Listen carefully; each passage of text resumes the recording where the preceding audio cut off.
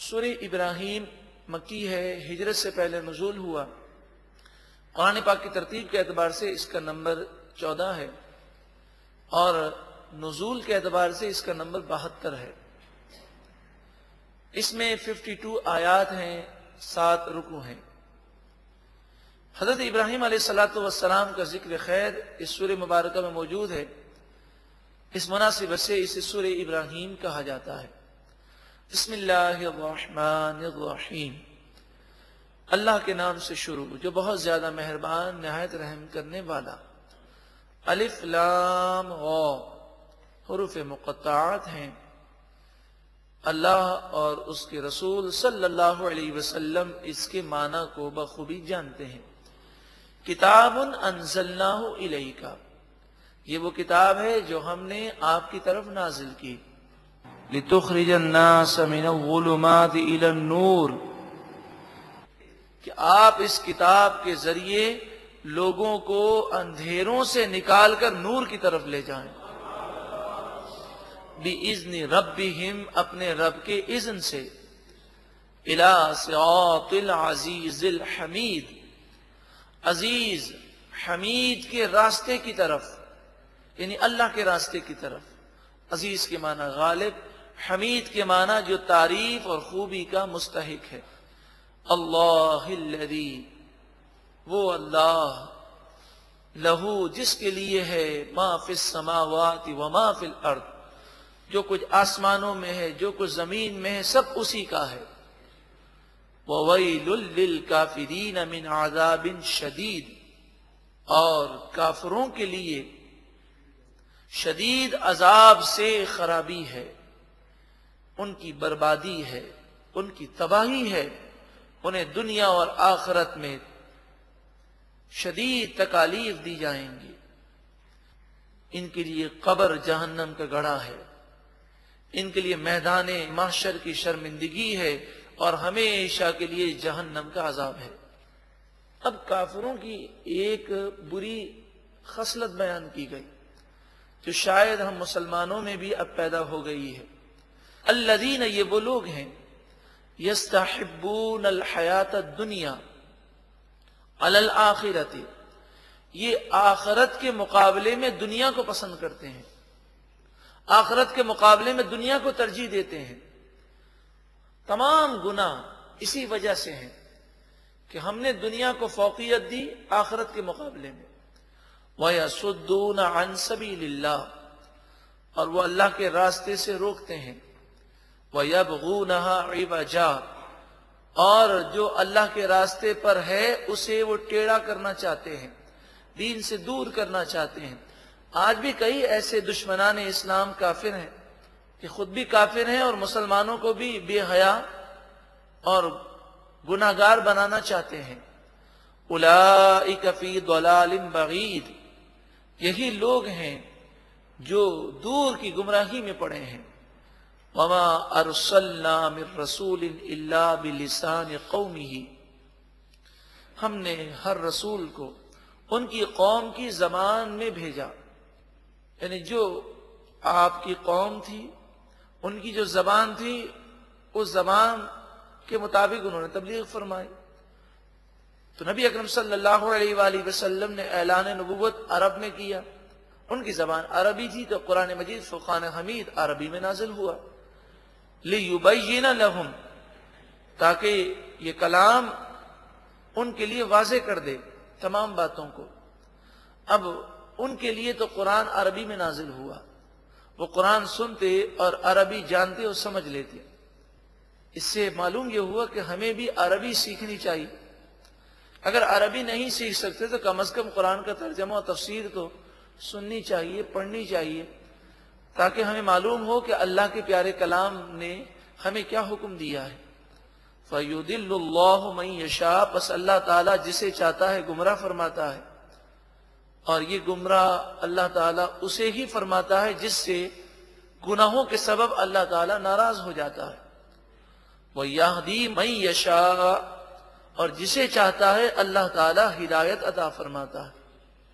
وَهُوَ الْعَزِيزُ الْحَكِيمُ، اور وہی غالب حکمت والا ہے۔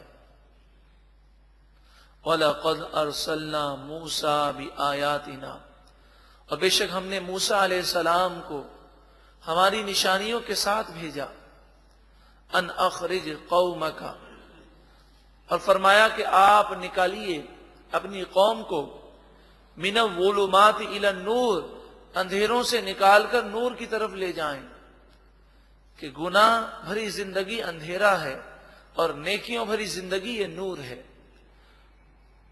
وَذَكِّرْهُمْ بِأَيَّامِ اللَّهِ، اور انہیں اللہ کے ایام یاد دلائیں۔ اللہ کے ایام سے مراد ہے جس دن اللہ تعالی نے اپنی نعمتوں کو نازل فرمایا، ان دنوں کی یاد منانا اور اس دن اللہ کا شکر کرنا، یہ قرآن سے ثابت ہے۔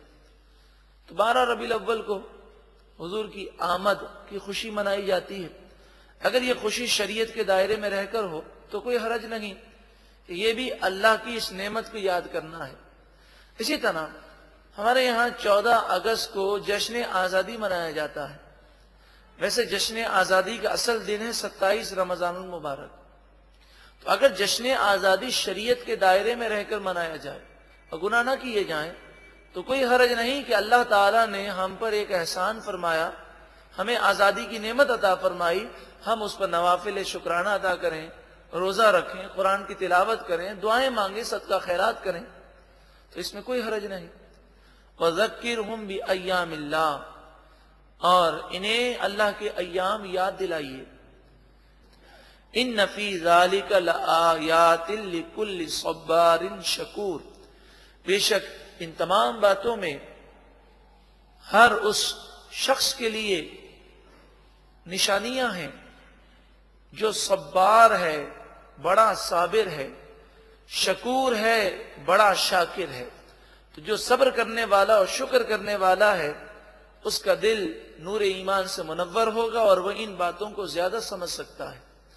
وَإِذْ قَالَ مُوسَىٰ لِقَوْمِهِ اذْكُرُوا، یاد کرو جب موسیٰ علیہ السلام نے اپنی قوم سے فرمایا، اے میری قوم تم یاد کرو نعمت اللہ علیکم، اللہ کی اس نعمت کو جو اللہ نے تم پر فرمائی، اذ انجاکم من آل فرعون، جب اللہ نے تمہیں فرعونیوں سے نجات دی، یسومونکم سوء العذاب، وہ تمہیں بہت زیادہ تکلیف دیتے تھے، وَيُذَبِّحُونَ أَبْنَاءَكُمْ، یہ فرعونی تمہارے بیٹوں کو ذبح کرتے، وَيَسْتَحْيُونَ نِسَاءَكُمْ، اور تمہاری بیٹیوں کو زندہ چھوڑتے۔ وَفِي ذَلِكُمْ بَلَاءٌ مِّن رَبِّكُمْ عَظِيمٌ، اور اس واقعے میں تمہارے رب کی طرف سے بڑی آزمائش تھی، اللہ تعالیٰ نے تمہیں نجات دی، تم شکر ادا کرو۔ وَإِذْ، اور یاد کرو، تَأَذَّنَ رَبُّكُمْ، جب تمہارے رب نے یہ حکم فرمایا۔ حضرت موسیٰ علیہ السلام نے اپنی قوم سے فرمایا، اے میری قوم یاد کرو جب تمہارے رب نے یہ حکم فرمایا۔ کتنا پیارا حکم ہے، لَإِن شَكَرْتُمْ، اگر تم شکر کرو گے، لَأَزِيدَنَّكُمْ، ضرور بضرور میں نعمتوں میں اضافہ کر دوں گا۔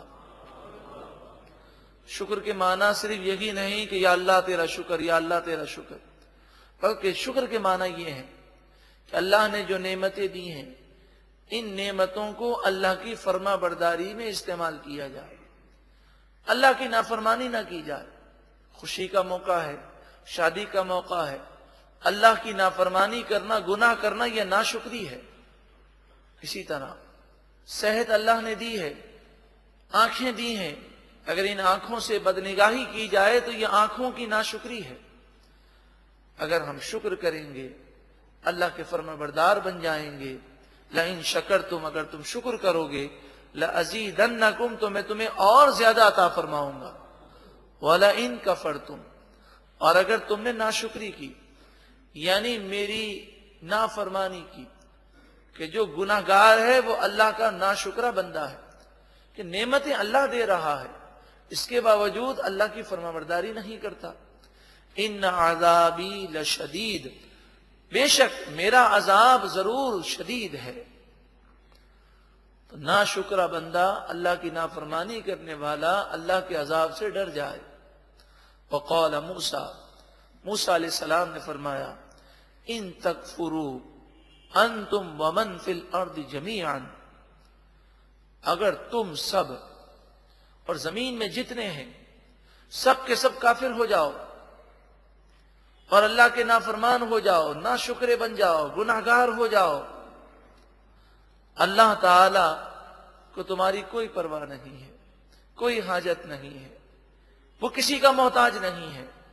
فَإِنَّ اللَّهَ لَغَنِيٌّ، تو بے شک اللہ تعالی ضرور غنی ہے، وہ کسی کا محتاج نہیں۔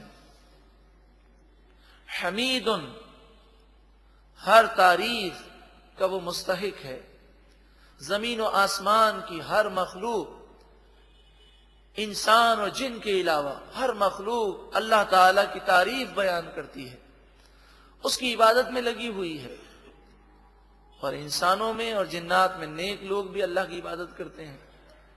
تو اے لوگوں، اگر تم کافر ہو جاؤ، اللہ کے نافرمان ہو جاؤ، تو تم اپنا نقصان کرو گے، اللہ رب العالمین تمہاری عبادتوں کا محتاج نہیں ہے، اور اگر تم عبادت کرو گے تو اپنا بھلا کرو گے۔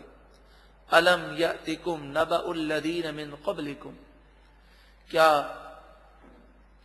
تمہارے پاس تم سے پہلے لوگوں کی خبریں نہیں آئیں؟ قوم نوح علیہ السلام کی خبر، وعاد اور قوم عاد کی خبر، وثمود اور قوم سمود کی خبر، کہ جب انہوں نے نافرمانیاں کی تو ان کا کیا حشر ہوا۔ والذین من بعدہم، اور جو ان کے بعد آئے اور ہلاک ہوئے، لا یعلمہم الا اللہ، جنہیں اللہ کے علاوہ کوئی نہیں جانتا، صرف اللہ ہی جانتا ہے۔ ایسے بھی قومیں ہیں جو ہلاک ہو گئی، جن کی ہلاکت کو ہم نہیں جانتے۔ جاءتہم رسلہم بالبینات، ان کے پاس رسول روشن نشانیاں لے کر آئے۔ فردوا ایدیہم فی افواہہم، انہوں نے انکار کرتے ہوئے تعجب سے اپنے ہاتھوں کو اپنے منہ پر رکھ دیا، جیسے حیرت سے کوئی اپنے منہ پر ہاتھ رکھتا ہے کہ یہ کیا بات ہوئی، یہ نبی کیسی باتیں کرتے ہیں۔ انہوں نے ماننے سے انکار کر دیا۔ وقالوا، اور وہ بولے، انا کفرنا بما ارسلتم بہ، جس چیز کے ساتھ اے رسولوں تمہیں بھیجا گیا، ان تمام چیزوں کا ہم نے انکار کیا۔ ان کافروں نے کہا، وَإِنَّا لَفِي شَكٍّ مِّمَّا تَدْعُونَنَا إِلَيْهِ مُرِيبٍ، اور ان کافروں نے یہ کہا کہ جس دین کی طرف تم ہمیں بلاتے ہو، اس دین کے بارے میں ہم شک میں مبتلا ہیں، اور ہمارا یہ خیال ہے کہ نعوذ باللہ من ذالک، آپ لوگ سچ نہیں بول رہے۔ تو انبیاء علیہم الصلاۃ والسلام اور رسولوں نے جو جواب دیا، قرآن مجید فرقان حمید نے اسے اس طرح بیان کیا۔ قالت رسلہم، ان کے رسولوں نے کہا، افی اللہ شکن، ارے نادانو، کیا تم اللہ کے بارے میں شک کرتے ہو؟ اس کے ایک ہونے میں، اس کے معبود حقیقی ہونے میں تم شک کرتے ہو؟ فاطر السماوات والارض، اللہ آسمان اور زمین کو پیدا کرنے والا ہے۔ یدعوکم، وہ اللہ تمہیں بلاتا ہے اس دین کی طرف، لیغفر لکم من ذنوبکم، تاکہ تمہارے گناہ وہ بخش دے، کہ جب تم ایمان لاؤ گے تو کفر کی حالت میں کی جانے والی خطائیں بخش دی جائیں گی، اور پھر تم اس دنیا میں رہ کر ایک اچھی زندگی گزارو گے۔ وَيُؤَخِّرَكُمْ إِلَىٰ أَجَلٍ مُّسَمًّى، اور وہ تمہیں ایک مقررہ وقت تک مہلت دے گا، پھر ایک نہ ایک دن تمہیں مرنا ہے۔ اگر ایمان لانے کے بعد نیکیوں والی زندگی گزاری ہوگی تو دنیا بھی سنور جائے گی اور قبر و آخرت میں بھی کامیابی مل جائے گی۔ قالوا، وہ بولے، ان انتم الا بشر مثلنا، تمہاری تو کوئی فضیلت نہیں، تم تو ہماری ہی طرح بشر ہو، ہمارے جیسے بشر ہو۔ یہ کافروں نے رسولوں کو کہا۔ انہوں نے ظاہری صورت کو دیکھا مگر رسولوں کے مقام اور مرتبے کو نہ سمجھ سکے، اور یہ خیال کرنے لگے کہ تم ہماری طرح بشر ہو، تو جب تمہیں فرشتہ نظر آتا ہے ہمیں کیوں نظر نہیں آتا؟ آپ پر وحی آتی ہے تو ہم پر کیوں نہیں آتی؟ انہوں نے اپنے آپ کو انبیاء اور رسولوں جیسا سمجھ لیا۔ تریدون، کافر بولے تم ارادہ کرتے ہو، یعنی رسولوں سے انہوں نے کہا تم ارادہ کرتے ہو ان تصدونا عما کان یعبد آباؤنا، جن بتوں کی پوجا ہمارے آباء و اجداد کرتے رہے، اے رسولوں تم یہ ارادہ کرتے ہو کہ تم ہمیں اس سے دور کر دو، باز رکھو۔ فَأْتُونَا بِسُلْطَانٍ مُبِينٍ، پس تم ہمارے پاس روشن دلیل، روشن سند لے کر آؤ۔ ہمیشہ سے کافروں کا یہ انداز رہا کہ وہ یہ شور مچاتے ہیں کہ ہمارے پاس کوئی دلیل نہیں آئی۔ تو یہاں بھی یہی مراد ہے کہ ہر نبی، ہر رسول نے جہاں اسلام کی دعوت دی وہاں معجزات بھی دکھائے اور ایسی نشانیاں بھی بیان کی جس سے حق واضح ہو جائے، مگر پھر بھی یہ کہنا کہ روشن دلیل لے کر آؤ، لوگوں کو مغالطے میں ڈالنا ہے اور لوگوں کو یہ تاثر چھوڑنا ہے کہ انہوں نے ہمیں کوئی دلیل نہیں دی۔ قالت لہم رسلہم، ان کے رسولوں نے ان سے فرمایا ان نحن الا بشر مثلکم، چلو یہ مان لو کہ ہم تمہارے جیسے ہی بشر ہیں، مگر ساتھ میں یہ بھی مان لو وَلَكِنَّ اللَّهَ يَمُنُّ عَلَى مَن يَشَاءُ مِنْ عِبَادِهِ، اللہ تعالیٰ اپنے بندوں میں سے جس پر چاہتا ہے احسان فرما دیتا ہے۔ تو اللہ نے احسان فرمایا اور ہمیں یہ مقام و مرتبہ دیا، چلو یوں مان لو۔ وَمَا كَانَ لَنَا أَن نَأْتِيَكُمْ بِسُلْطَانٍ إِلَّا بِإِذْنِ اللَّهِ، اور ہم کوئی سند، کوئی دلیل، کوئی نشانی لے کر نہیں آتے مگر اسی وقت لاتے ہیں جب اللہ کا حکم ہوتا ہے، بِإِذْنِ اللَّهِ وَعَلَى اللَّهِ، اور اللہ ہی پر فَلْيَتَوَكَّلِ الْمُؤْمِنُونَ، مومنوں کو بھروسہ کرنا چاہیے۔ وَمَا لَنَا أَلَّا نَتَوَكَّلَ عَلَى اللَّهِ، ہمیں کیا ہو گیا کہ ہم اللہ پر بھروسہ نہ کریں؟ یقیناً ہم اللہ ہی پر بھروسہ رکھتے ہیں۔ وَقَدْ هَدَانَا سُبُلَنَا، جس نے ہمیں ہمارے راستوں کی ہدایت عطا فرمائی، رہنمائی عطا فرمائی۔ وَلَنَصْبِرَنَّ عَلَى مَا آذَيْتُمُونَا، اور جو تم ہمیں ستاتے ہو، تکلیفیں دیتے ہو، اس پر ضرور بضرور ہم صبر کریں گے۔ وَعَلَى اللَّهِ فَلْيَتَوَكَّلِ الْمُتَوَكِّلُونَ، اور بھروسہ کرنے والوں کو اللہ ہی پر بھروسہ کرنا چاہیے۔ دنیا کی طاقتیں، دنیا کا مال، دنیا دار، ان پر جو بھروسہ کرتا ہے وہ ناکام ہوتا ہے۔ انسان کا بھروسہ اللہ کی ذات پر ہونا چاہیے۔ انبیاء علیہ السلام نے قوم سے یہ کہا کہ تمہیں ہماری نصیحتیں بری لگتی ہیں، تم ہمارے دشمن ہو گئے، تمہیں جو کرنا ہے کر لو، ہمارا بھروسہ اللہ رب العالمین کی ذات پر ہے۔ وَقَالَ الَّذِينَ كَفَرُوا، اور کافروں نے کہا لِرُسُلِهِمْ، اپنے رسولوں سے، کافروں نے رسولوں سے کہا لَنُخْرِجَنَّكُمْ مِنْ أَرْضِنَا، ضرور بضرور ہم تمہیں ہماری زمین سے نکال دیں گے.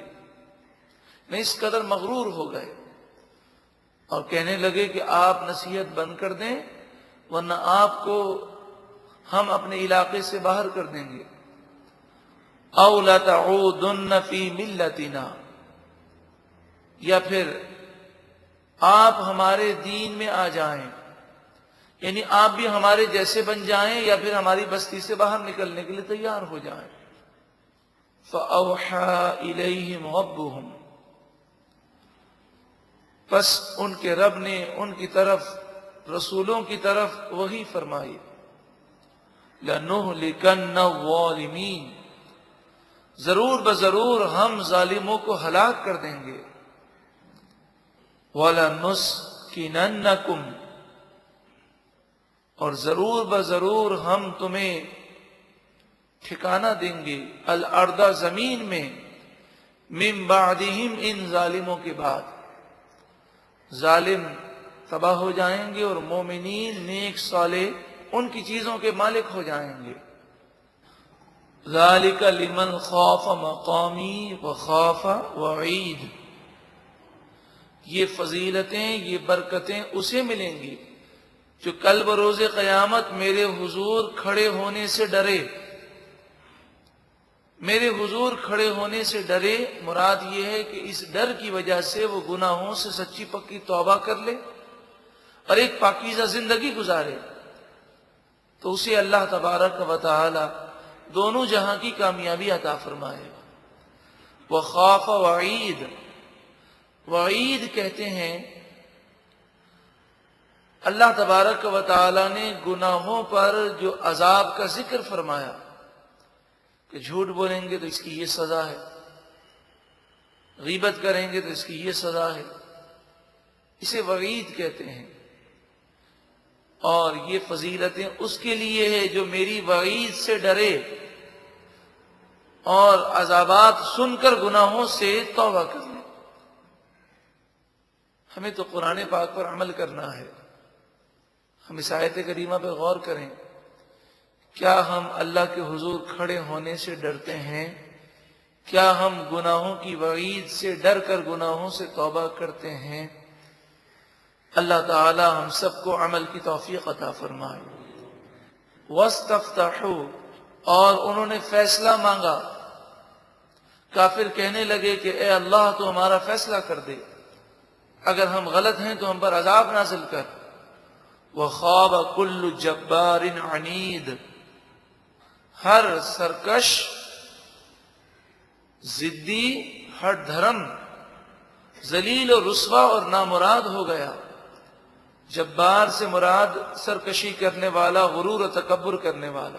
عنید سے مراد ضد کرنے والا، ہٹ دھرمی کرنے والا. جس نے بھی یہ کام کیے وہ نامراد ہو گیا، ناکام ہو گیا. میوں ورائی جہنم، کچھ عرصے دنیا میں رہے، پھر ایک نہ ایک دن انہیں مرنا ہے، تو وہ دنیا سے گئے. اور دنیا سے جانے کے بعد ان کے لیے کیا ہے؟ میوں ورائی جہنم، اس کے بعد ان کے لیے صرف جہنم ہے. اللہ اکبر. جہنم کے عذاب کا ذکر کیا گیا. فرمایا وَيُسْقَى مِن مَّاءٍ صَدِيدٍ، انہیں ایسا پانی پلایا جائے گا جو پیپ سے بنا ہوگا. جہنمیوں کا خون اور جہنمیوں کا پیپ انہیں پینے کو دیا جائے گا، اور وہ بھی اس قدر گرم کھولتا ہوا ہوگا کہ وہ منہ کے قریب لائیں گے تو ان کے منہ کی کھال، منہ کا گوشت جھڑ کر اس میں گر جائے گا. مگر اس شدت کی پیاس ہوگی، اس شدت کی پیاس ہوگی کہ پینے پر مجبور ہوں گے. یتجرعہ، وہ اسے بمشکل تھوڑا سا گھونٹ گھونٹ کر کر پیئیں گے. یتجرعہ کے معنی ہے جو چیز اتارنے کی کوشش کی جائے لیکن اتر نہ سکے. ولا یکاد یسیغہ، اس قدر یہ ہولناک ہوگا کہ حلق کے نیچے اترنے کی انہیں امید نہ ہوگی، حلق میں پھنس جائے گا، اور پھر جب اترے گا تو جسم کی ہر چیز کو وہ گلا کر باہر نکال دے گا۔ اس قدر جہنم میں تکلیف ہوگی۔ وَيَأْتِيهِ الْمَوْتُ مِنْ كُلِّ مَكَانٍ، چاروں طرف سے موت ان کے پاس آئے گی۔ وَمَا هُوَ بِمَيِّتٍ، تکلیف تو ایسی ہوگی کہ انسان ایک لمحے میں 1000 مرتبہ مر جائے، ایسی تکلیف ہوگی۔ وَمَا هُوَ بِمَيِّتٍ، مگر انہیں موت نہیں آئے گی، جان نہیں نکلے گی۔ ہمیشہ کی تکلیف ہے جہنم میں اس کے لیے جس کا ایمان برباد ہو گیا۔ وَمِن وَرَائِهِ عَذَابٌ غَلِيظٌ، ہر عذاب کے بعد دوسرا عذاب سخت ترین ہے۔ جہنم میں ایک عذاب دیا جائے گا، جہنمی سمجھے گا کہ اس سے زیادہ سخت عذاب تو کوئی ہو ہی نہیں سکتا، تو دوسرے لمحے اس سے زیادہ سخت عذاب دیا جائے گا۔ یوں سمجھیے کہ جہنم میں ہر گزرنے والا لمحہ عذابات اور سختی کو بڑھا دے گا۔ اللہ تعالی ہمیں جہنم سے محفوظ فرمائے، اور جہنم میں، عذاب میں، نار میں جانے والے کام کرنے سے بھی محفوظ فرمائے۔ وہ کام، وہ برائیاں، وہ گناہ جو جہنم میں لے جانے والے ہیں، ایمان کو ضائع کرنے والے ہیں، اللہ تعالیٰ ان گناہوں سے، ان کاموں سے بھی ہمیں محفوظ فرمائے، اور جنت میں لے جانے والے اعمال اختیار کرنے کی ہم سب کو توفیق عطا فرمائے۔ مثل الذین کفروا بربہم، ان لوگوں کی مثال جنہوں نے اپنے رب کا انکار کیا، ان کی مثال اور ان کے اعمال کی مثال، کہ کافر بھی تو بظاہر اچھے کام کرتے ہیں، غریبوں کی مدد کرتے ہیں، قیدیوں کو آزاد کرتے ہیں، وہ پانی کا انتظام کرتے ہیں، علاج کرتے ہیں۔ اعمالہم، ان کے بظاہر اچھے نظر آنے والے اعمال، کرماد، وہ راکھ کی طرح ہوں گے، جیسے آگ بڑی سے بڑی چیز ہو، بہت بڑی صندوق ہو لکڑی کی، یا بہت بڑی لکڑی کی الماری ہو، جب آگ اسے جلاتی ہے تو جلانے کے بعد آپ بتائیے راکھ کتنی سے رہ جاتی ہے۔ تو ایسے ہی ان کے اعمال بے وقت ہوں گے، کرماد، راکھ کی طرح بے حیثیت ہوں گے، اور پھر اس راکھ پر زوردار تیز سخت ہوا چلے تو اس راکھ کا وجود ختم ہو جاتا ہے۔ ایسے ہی جس کا خاتمہ کفر پر ہوا، اس کے اعمال کا، نیک اعمال کو کوئی وجود آخرت میں باقی نہ ہوگا۔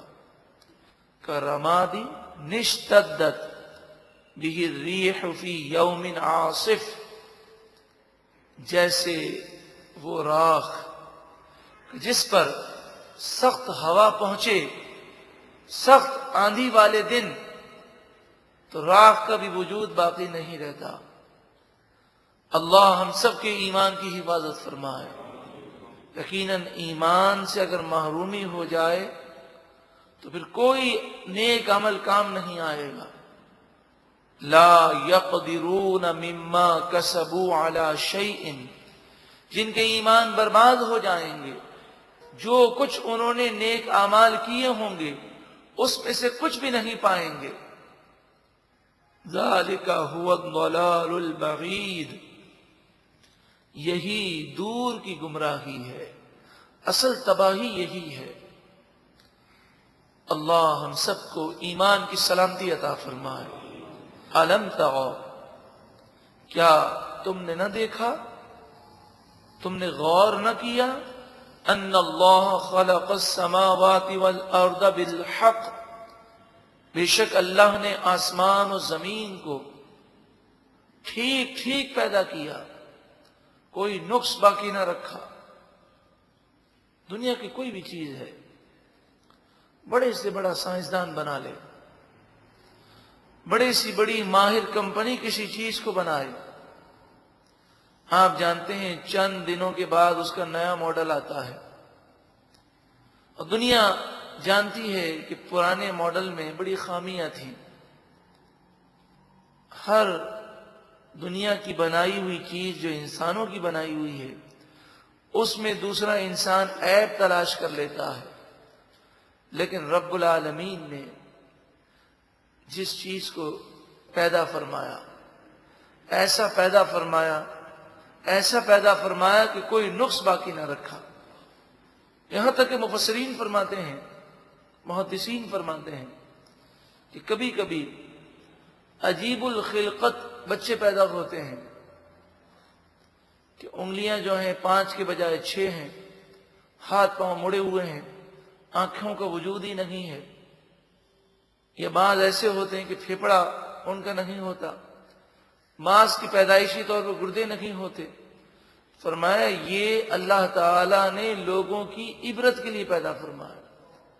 اے لوگوں شکر ادا کرو، اگر تمہارے یہاں بھی ایسی ولادت ہوتی یا تم ایسے ہوتے کہ تمہاری آنکھیں ہی نہ ہوتی تو کیا اللہ تعالیٰ اس پر قادر نہیں ہے؟ تو کبھی کبھی عبرت کے لیے ہمیں دکھایا جاتا ہے کہ اللہ تعالیٰ چاہے تو سب کو ایسا پیدا کر دے، لیکن اس کا کرم ہے۔ آپ نے ایسے بچے بھی دیکھے ہوں گے، اللہ تعالیٰ ہم تمام کو محفوظ فرمائے۔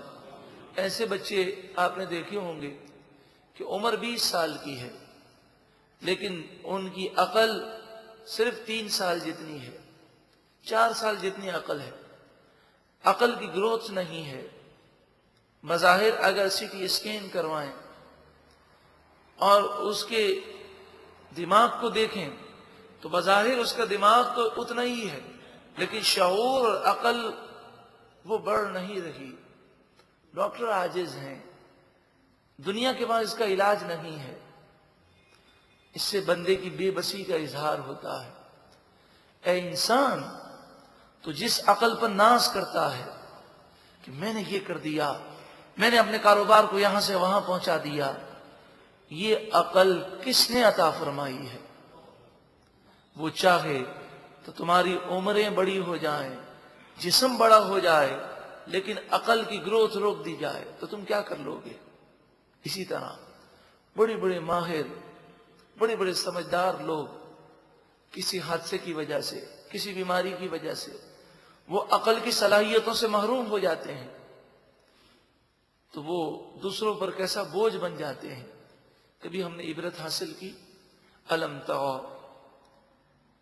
اے لوگوں تم نے سوچا ان اللہ خلق السماوات والارض بالحق، بے شک اللہ نے آسمان و زمین کو ٹھیک ٹھیک پیدا فرمایا۔ ان یشاء یذہبکم، اگر وہ چاہے تو تم سب کو مٹا دے، تم سب کو فنا کر دے۔ وَيَأْتِ بِخَلْقٍ جَدِيدٍ، اور دوسری نئی مخلوق پیدا کر دے، اس کے لیے کوئی کام ایسا مشکل نہیں۔ وَمَا ذَلِكَ عَلَى اللَّهِ بِعَزِيزٍ، اور یہ بات اللہ پر کچھ بھی مشکل نہیں ہے۔ وَبَرَزُوا لِلَّهِ جَمِيعًا، اور ساری مخلوق اللہ کے سامنے حاضر کی جائے گی۔ تو جب اللہ کے حضور سب حاضر ہوں گے، فَقَالَ الضُّعَفَاءُ لِلَّذِينَ اسْتَكْبَرُوا، تو کمزور لوگ متکبرین سے کہیں گے، جیسا کہ اس سے پہلے آپ سن چکے ہیں کہ ہر دور میں ایسا ہوتا آیا۔ ہوتا کیا تھا کہ انسان اگر غور کرے تو جو مالدار ہیں، سردار ہیں، قوم کے بڑے ہیں، وہ اگر نیک ہیں تو لوگ بھی نیکی کی طرف مائل ہوتے ہیں، اور اگر عہدیدار، افسر، حکمراں، مالدار بے حیائی کی طرف ہوں، گناہوں کی طرف ہوں، تو نادان لوگ، جو غریب لوگ ہیں، کمزور لوگ ہیں، وہ اپنی عقل سے کام نہیں لیتے بلکہ ان بڑوں کے پیچھے چلتے ہیں۔ تو فرمایا ایسے لوگ جو سرداروں، مالداروں، حکمرانوں کے پیچھے چلنے کی وجہ سے گمراہ ہوں گے، اور تباہ ہوں گے، وہ کہیں گے فقال الضعفاء للذین استکبروا، کمزور لوگ متکبرین سے کہیں گے انا کنا لکم تبعا، بے شک ہم تو تمہارے پیروکار تھے، تبعا تمہاری باتیں ہم نے مانی ہیں، تمہارے فیشن کو، تمہارے کلچر کو، تمہارے انداز کو، تمہاری گفتگو کو ہم نے اختیار کیا۔ آج بھی یہی ہو رہا۔ اب ہم یہ دیکھ رہے ہیں کہ اللہ کا عذاب ہماری طرف آ رہا ہے، کل بروز قیامت وہ یہ کہیں گے فَهَلْ أَنْتُمْ مُغْنُونَ عَنَّا مِنْ عَذَابِ اللَّهِ مِنْ شَيْءٍ، کیا تم ہم سے اللہ کا کچھ بھی عذاب دور کر سکتے ہو؟ قالوا، وہ سردار کہیں گے کہ ہم خود اللہ کے عذاب میں گرفتار ہیں، ہم تمہاری کوئی مدد نہیں کر سکتے۔ لو ہدان اللہ لہدیناکم، اگر اللہ تعالی ہمیں ہدایت دیتا تو ہم تمہیں بھی ہدایت دیتے۔ مراد یہ ہے کہ ہمارے گناہوں کی وجہ سے اللہ ہم سے ناراض ہو گیا تو ہم گمراہ رہے اور تم بھی ہمارے پیروکار بن گئے۔ سواء علینا، ہم پر برابر ہے، اجزعنا، چاہے ہم چیخ و پکار کریں، ام صبرنا، یا ہم صبر کریں۔ اب اللہ کے عذاب سے بچنے کی کوئی جگہ نہیں۔ ما لنا من محیص، اللہ کے عذاب سے بچنے کی کوئی جگہ ہمارے لیے نہیں ہے۔ تو انسان اگر نافرمانی کرتا ہے تو سرداروں کی وجہ سے، مالداروں کی وجہ سے۔ وقال الشیطان لما قضی الامر، جب فیصلہ ہو جائے گا تو شیطان کہے گا ان اللہ وعدکم وعد الحق، بے شک اللہ نے تم سے سچا وعدہ کیا، تم سے فرمایا گیا کہ نیکی کرو گے تو جنت ملے گی، وہ وعدہ سچا تھا۔ ووعدتکم، اور جو میں نے تم سے وعدہ کیا، فاخلفتکم، تو میں نے تم سے جھوٹا وعدہ کیا۔ جھوٹے وعدے سے مراد یہ ہے کہ دنیا کی لمبی امیدیں دیں، بعد میں نیک بن جانا، آخرت کے مقابلے میں دنیا کو ترجیح اور دنیا کی فوقیت شیطان نے ہمارے دلوں میں ڈالی۔ وما کان لی علیکم من سلطان الا ان دعوتکم، مجھے تم پر کوئی غلبہ اور کنٹرول نہیں تھا، صرف یہ کہ میں نے تو تمہیں دعوت دی۔ اور بات بھی صحیح ہے، شیطان کسی کا ہاتھ پکڑ کر گناہ تو نہیں کرواتا، وہ تو صرف گناہ کے لیے وسوسہ دیتا ہے، گناہ کا خیال ابھارتا ہے۔ گناہ کرنے والا تو خود انسان ہے، تو میں نے تو صرف تمہیں گناہ کی دعوت دی۔ فاستجبتم لی، تو تم نے میری بات مان لی، تم نہ مانتے میری بات، اس میں میرا کیا قصور ہے؟ ٹھیک ہے، میں نے تمہیں بری دعوت دی، تمہیں عقل تھی، تم عقل کو استعمال کرتے اور میری بات کو نہ مانتے۔ مفسرین فرماتے ہیں کہ شیطان کی برائی کی دعوت بہت کمزور ہے۔ انسان اگر ہمت کو اختیار کرے، با ہمت ہو جائے، تو جب شیطان کسی کو برائی کی دعوت دیتا ہے تو ہلکا سا کمزور سا خیال اس کے دل میں پیدا ہوتا ہے، انسان کے دل میں، کہ مجھے یہ کرنا ہے۔ اگر وہ اس خیال کو فوراً جھٹک دے اور کہے لا حول ولا قوت الا باللہ، اعوذ باللہ من الشیطان الرجیم، ہرگز نہیں، میں یہ نہیں کر سکتا، تو مفسرین فرماتے ہیں کہ شیطان کا خیال پختہ نہیں ہوتا۔ لیکن ہم کیا کرتے ہیں، ہلکا سا خیال آیا تو ہم اس پر غور کرنا اور سوچنا شروع کر دیتے ہیں، اور پھر آہستہ آہستہ وہ برا خیال پختہ ہو جاتا ہے۔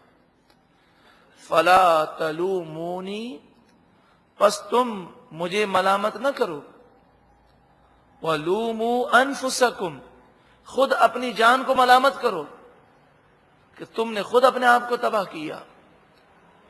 ما انا بمصرخکم، میں تمہاری فریاد کو نہیں پہنچ سکتا، میں تمہاری مدد نہیں کر سکتا. وما انتم بمصرخی، اور تم بھی میری مدد نہیں کر سکتے. اب ہم دونوں کو عذاب میں جلنا ہے، نہ تم میرے کام آؤ گے نہ میں تمہارے کام آؤں گا. انی کفرت، بے شک میں نے انکار کیا، میں نہیں مانتا. بما اشرکتمونی من قبل، جو تم نے اس سے پہلے مجھے شریک ٹھہرایا. مجھے شریک ٹھہرانے سے مراد یہ ہے کہ جتنے مشرکین ہیں وہ در حقیقت بتوں کی پوجا نہیں کرتے، شیطان کی پوجا کرتے ہیں. شیطان جو کہتا ہے ویسی صورت بنا لیتے ہیں اور اس کی پوجا شروع کر دیتے ہیں. اسی طرح ہر شخص جو شیطان کی فرما برداری کرتا ہے وہ در حقیقت اللہ کے فرمان پر شیطان کے حکم کو فوقیت دیتا ہے. تو جو تم نے مجھے فوقیت دی، مجھے اللہ کے برابر ٹھہرا دیا، میں اس کا انکار کرتا ہوں اور اس سے بری ہوں. ان الظالمین لہم عذاب علیم، بے شک ظالموں کے لیے دردناک عذاب ہے. وَأُدْخِلَ الَّذِينَ آمَنُوا وَعَمِلُوا الصَّالِحَاتِ، وہ لوگ جو ایمان لائے اور انہوں نے اچھے اعمال اختیار کیے وہ داخل کیے جائیں گے جنات تجری من تحتها الانہار، ایسے باغات میں جن کے نیچے نہریں رواں دواں ہوں گی. خالدین فیہا باذن ربہم، وہ اس میں اپنے رب کے اذن سے ہمیشہ ہمیشہ رہیں گے. تحیتہم فیہا سلام، اور اس جنت میں چاروں طرف سے انہیں سلامتی کی دعائیں ملیں گی. سلام پیش کیا جائے گا، فرشتے سلام کریں گے، جنتی ایک دوسرے کو سلام کریں گے، بلکہ فرشتے ہر دروازے سے حاضر ہو کر رب کا سلام ان کے سامنے پیش کریں گے. کس قدر خوش نصیبی ہے، کس قدر کامیاب ہے وہ شخص جو دنیا کی تھوڑی تکلیف برداشت کر کے ہمیشہ کی جنت کو پالے. اللہ ہمیں بھی جنت کے حصول کے لیے کوشش کرنے کی توفیق عطا فرمائے. الم تعو، کیا تم نے نہ سوچا، کیف ضرب اللہ مثلا کلمۃ طیبۃ، اللہ تعالی کلمہ طیبہ کی کیسی مثال بیان فرماتا ہے. کلمہ طیبہ لا الہ الا اللہ محمد الرسول اللہ صلی اللہ علیہ وسلم، اس کی مثال اور اچھی گفتگو کی مثال اللہ تعالی ایمان کی مثال کیسے بیان کرتا ہے ذرا دیکھو. کشجرۃ طیبۃ، جیسے ایک پاکیزہ درخت ہو، اصلها ثابت، جس کی جڑ مضبوط ہو، وفرعها، اور اس کی شاخیں فی السماء، آسمان میں ہوں، تؤتی اکلها کل حین باذن ربها، اور یہ درخت ہر وقت اپنے رب کے اذن سے پھل دیتا ہو. ایسی مثال ایمان کی اور اچھے اعمال کی ہے کہ مومنوں کے دلوں میں ایمان کی جڑیں مضبوط ہیں. مومن اس قدر ایمان پر مضبوط ہوتا ہے کہ اگر اس کے جسم کو ٹکڑے ٹکڑے کر دیا جائے پھر بھی ایمان کی جڑیں ختم نہیں ہوتی، اور اس کی شاخیں یعنی نیک اعمال آسمانوں میں ہیں، بلند ہو رہے ہیں. اور اس ایمان کے درخت کا پھل وہ ہر وقت ملتا ہے، یعنی ایمان اور اچھے اعمال کا نتیجہ اور اس کا صلہ دنیا میں بھی ہر لمحے ہے، ہر قدم پر مدد کی جاتی ہے. نزا کے عالم میں، قبر میں، میدان محشر میں اور جنت میں ایمان کی برکتیں اور اعمال صالحہ کی برکتیں ہیں. اس میں مفسرین یہ فرماتے ہیں کہ دنیا میں کھجور کا درخت ایسا درخت ہے کہ جس کی جڑیں زمین میں مضبوط ہوتی ہیں اور اس کے پتے جھڑتے نہیں ہیں، اور بعض کھجور کے درخت ایسے بھی ہیں کہ پورا سال وہ کھجوریں دیتے ہیں۔ تو مومن کی مثال ایسے ہی ہے۔ نبی اکرم صلی اللہ علیہ وآلہ وسلم نے صحابہ کرام علیہم رضوان سے فرمایا کہ مومن کے دل میں ایمان کی جڑیں مضبوط ہیں، اور مومن کی نیکیاں آسمانوں میں بلند ہوتی ہیں، اور مومن سدا بہار پھل دینے والا ہے، اور جب تک دنیا میں ہے تب بھی لوگوں کے لیے مفید ہے، قبر میں جائے تب بھی اللہ تعالیٰ اسے دعا کرنے کا اختیار دیتا ہے، اور وہ مومن دعا کرتا ہے، اس کی دعاؤں سے کئی لوگوں کا بیڑا پار کر دیا جاتا ہے۔ تو مومن زندگی میں بھی پھلدار ہے، اور زندگی کے بعد بھی ہمیشہ وہ پھل دینے والا ہے۔ تو نبی اکرم صلی اللہ علیہ وآلہ وسلم نے صحابہ کرام سے فرمایا کہ بتاؤ، جس طرح مومن سدا بہار ہے، اس طرح کوئی دنیا میں درخت ہے جو مومن کے مشابہ ہے؟ تو صحابہ کرام نے کئی درختوں کی مثالیں بیان کی۔ نبی اکرم صلی اللہ علیہ وآلہ وسلم نے فرمایا نہیں۔ پھر آپ نے فرمایا یہ کھجور کا درخت ہے۔ تو حضرت عبداللہ بن عمر رضی اللہ تعالی عنہما اس وقت چھوٹے بچے تھے۔ اللہ تعالیٰ نے آپ کو وہ ذہانت عطا فرمائی کہ آپ نے حضرت عمر رضی اللہ تعالی عنہ سے اپنے والد گرامی سے کہا، ابا جان، جب سرکار دو عالم صلی اللہ علیہ وسلم نے سب سے پوچھا تو میرے ذہن میں کھجور کا درخت آیا۔ تو حضرت عمر نے فرمایا کہ تم نے کہا کیوں نہیں؟ تو کہا کہ جب میں نے یہ دیکھا کہ بڑے بڑے صحابہ کرام جواب نہ دے سکے تو مجھے شرم آئی کہ میں اتنا چھوٹی عمر کا ہو کر یہ جواب دوں۔ تو حضرت عمر رضی اللہ تعالی عنہ نے فرمایا کہ اگر تم اس وقت اس بات کا اظہار کر دیتے اور نبی اکرم صلی اللہ علیہ وآلہ وسلم تمہاری تصدیق فرماتے تو مجھے بہت خوشی ہوتی۔ اس کے تحت محدثین نے یہ بات بیان فرمائی کہ اچھی بات اور سمجھداری کی بات اگر بچے کے ذہن میں آئے اور وہ کر بھی دے تو یہ کوئی بے ادبی نہیں ہے، بلکہ یہ ادب کا تقاضا ہے۔ اور اگر بالفرض کوئی چھوٹا یا بچہ کوئی اچھی بات بتا دے اور وہ بات اچھی ہو تو اس وجہ سے ریجیکٹ نہیں کر دینا چاہیے کہ اس کی عمر چھوٹی ہے یا بچہ ہے۔ تو حضرت عمر رضی اللہ تعالی عنہ نے یہ فرمایا نا کہ اگر تم کہتے تو حضور اس کی تصدیق کرتے، اور حضور اس کی تصدیق کرتے تو مجھے بہت خوشی ہوتی۔ وَيَضْرِبُ اللَّهُ الْأَمْثَالَ لِلنَّاسِ، اللہ تعالی لوگوں کے لیے مثالیں بیان فرماتا ہے، لَعَلَّهُمْ يَتَذَكَّرُونَ، تاکہ وہ نصیحت حاصل کریں۔ وَمَثَلُ كَلِمَةٍ خَبِيثَةٍ، اور ناپاک کلمے کی مثال، کفر کی مثال، گناہوں بھری گفتگو کی مثال، كَشَجَرَةٍ خَبِيثَةٍ، جیسے ایک گندا درخت، اندرائین کا درخت، یہ ایک پودا ہوتا ہے جس میں سخت بدبو ہوتی ہے۔ كَشَجَرَةٍ خَبِيثَةٍ اجْتُثَّتْ مِنْ فَوْقِ الْأَرْضِ، وہ درخت جس کی جڑیں زمین میں نہیں ہوتی، اوپر سے کاٹ دیا جائے تو ختم ہو جاتا ہے، وہ کاٹ دیا جاتا ہے زمین کے اوپر سے۔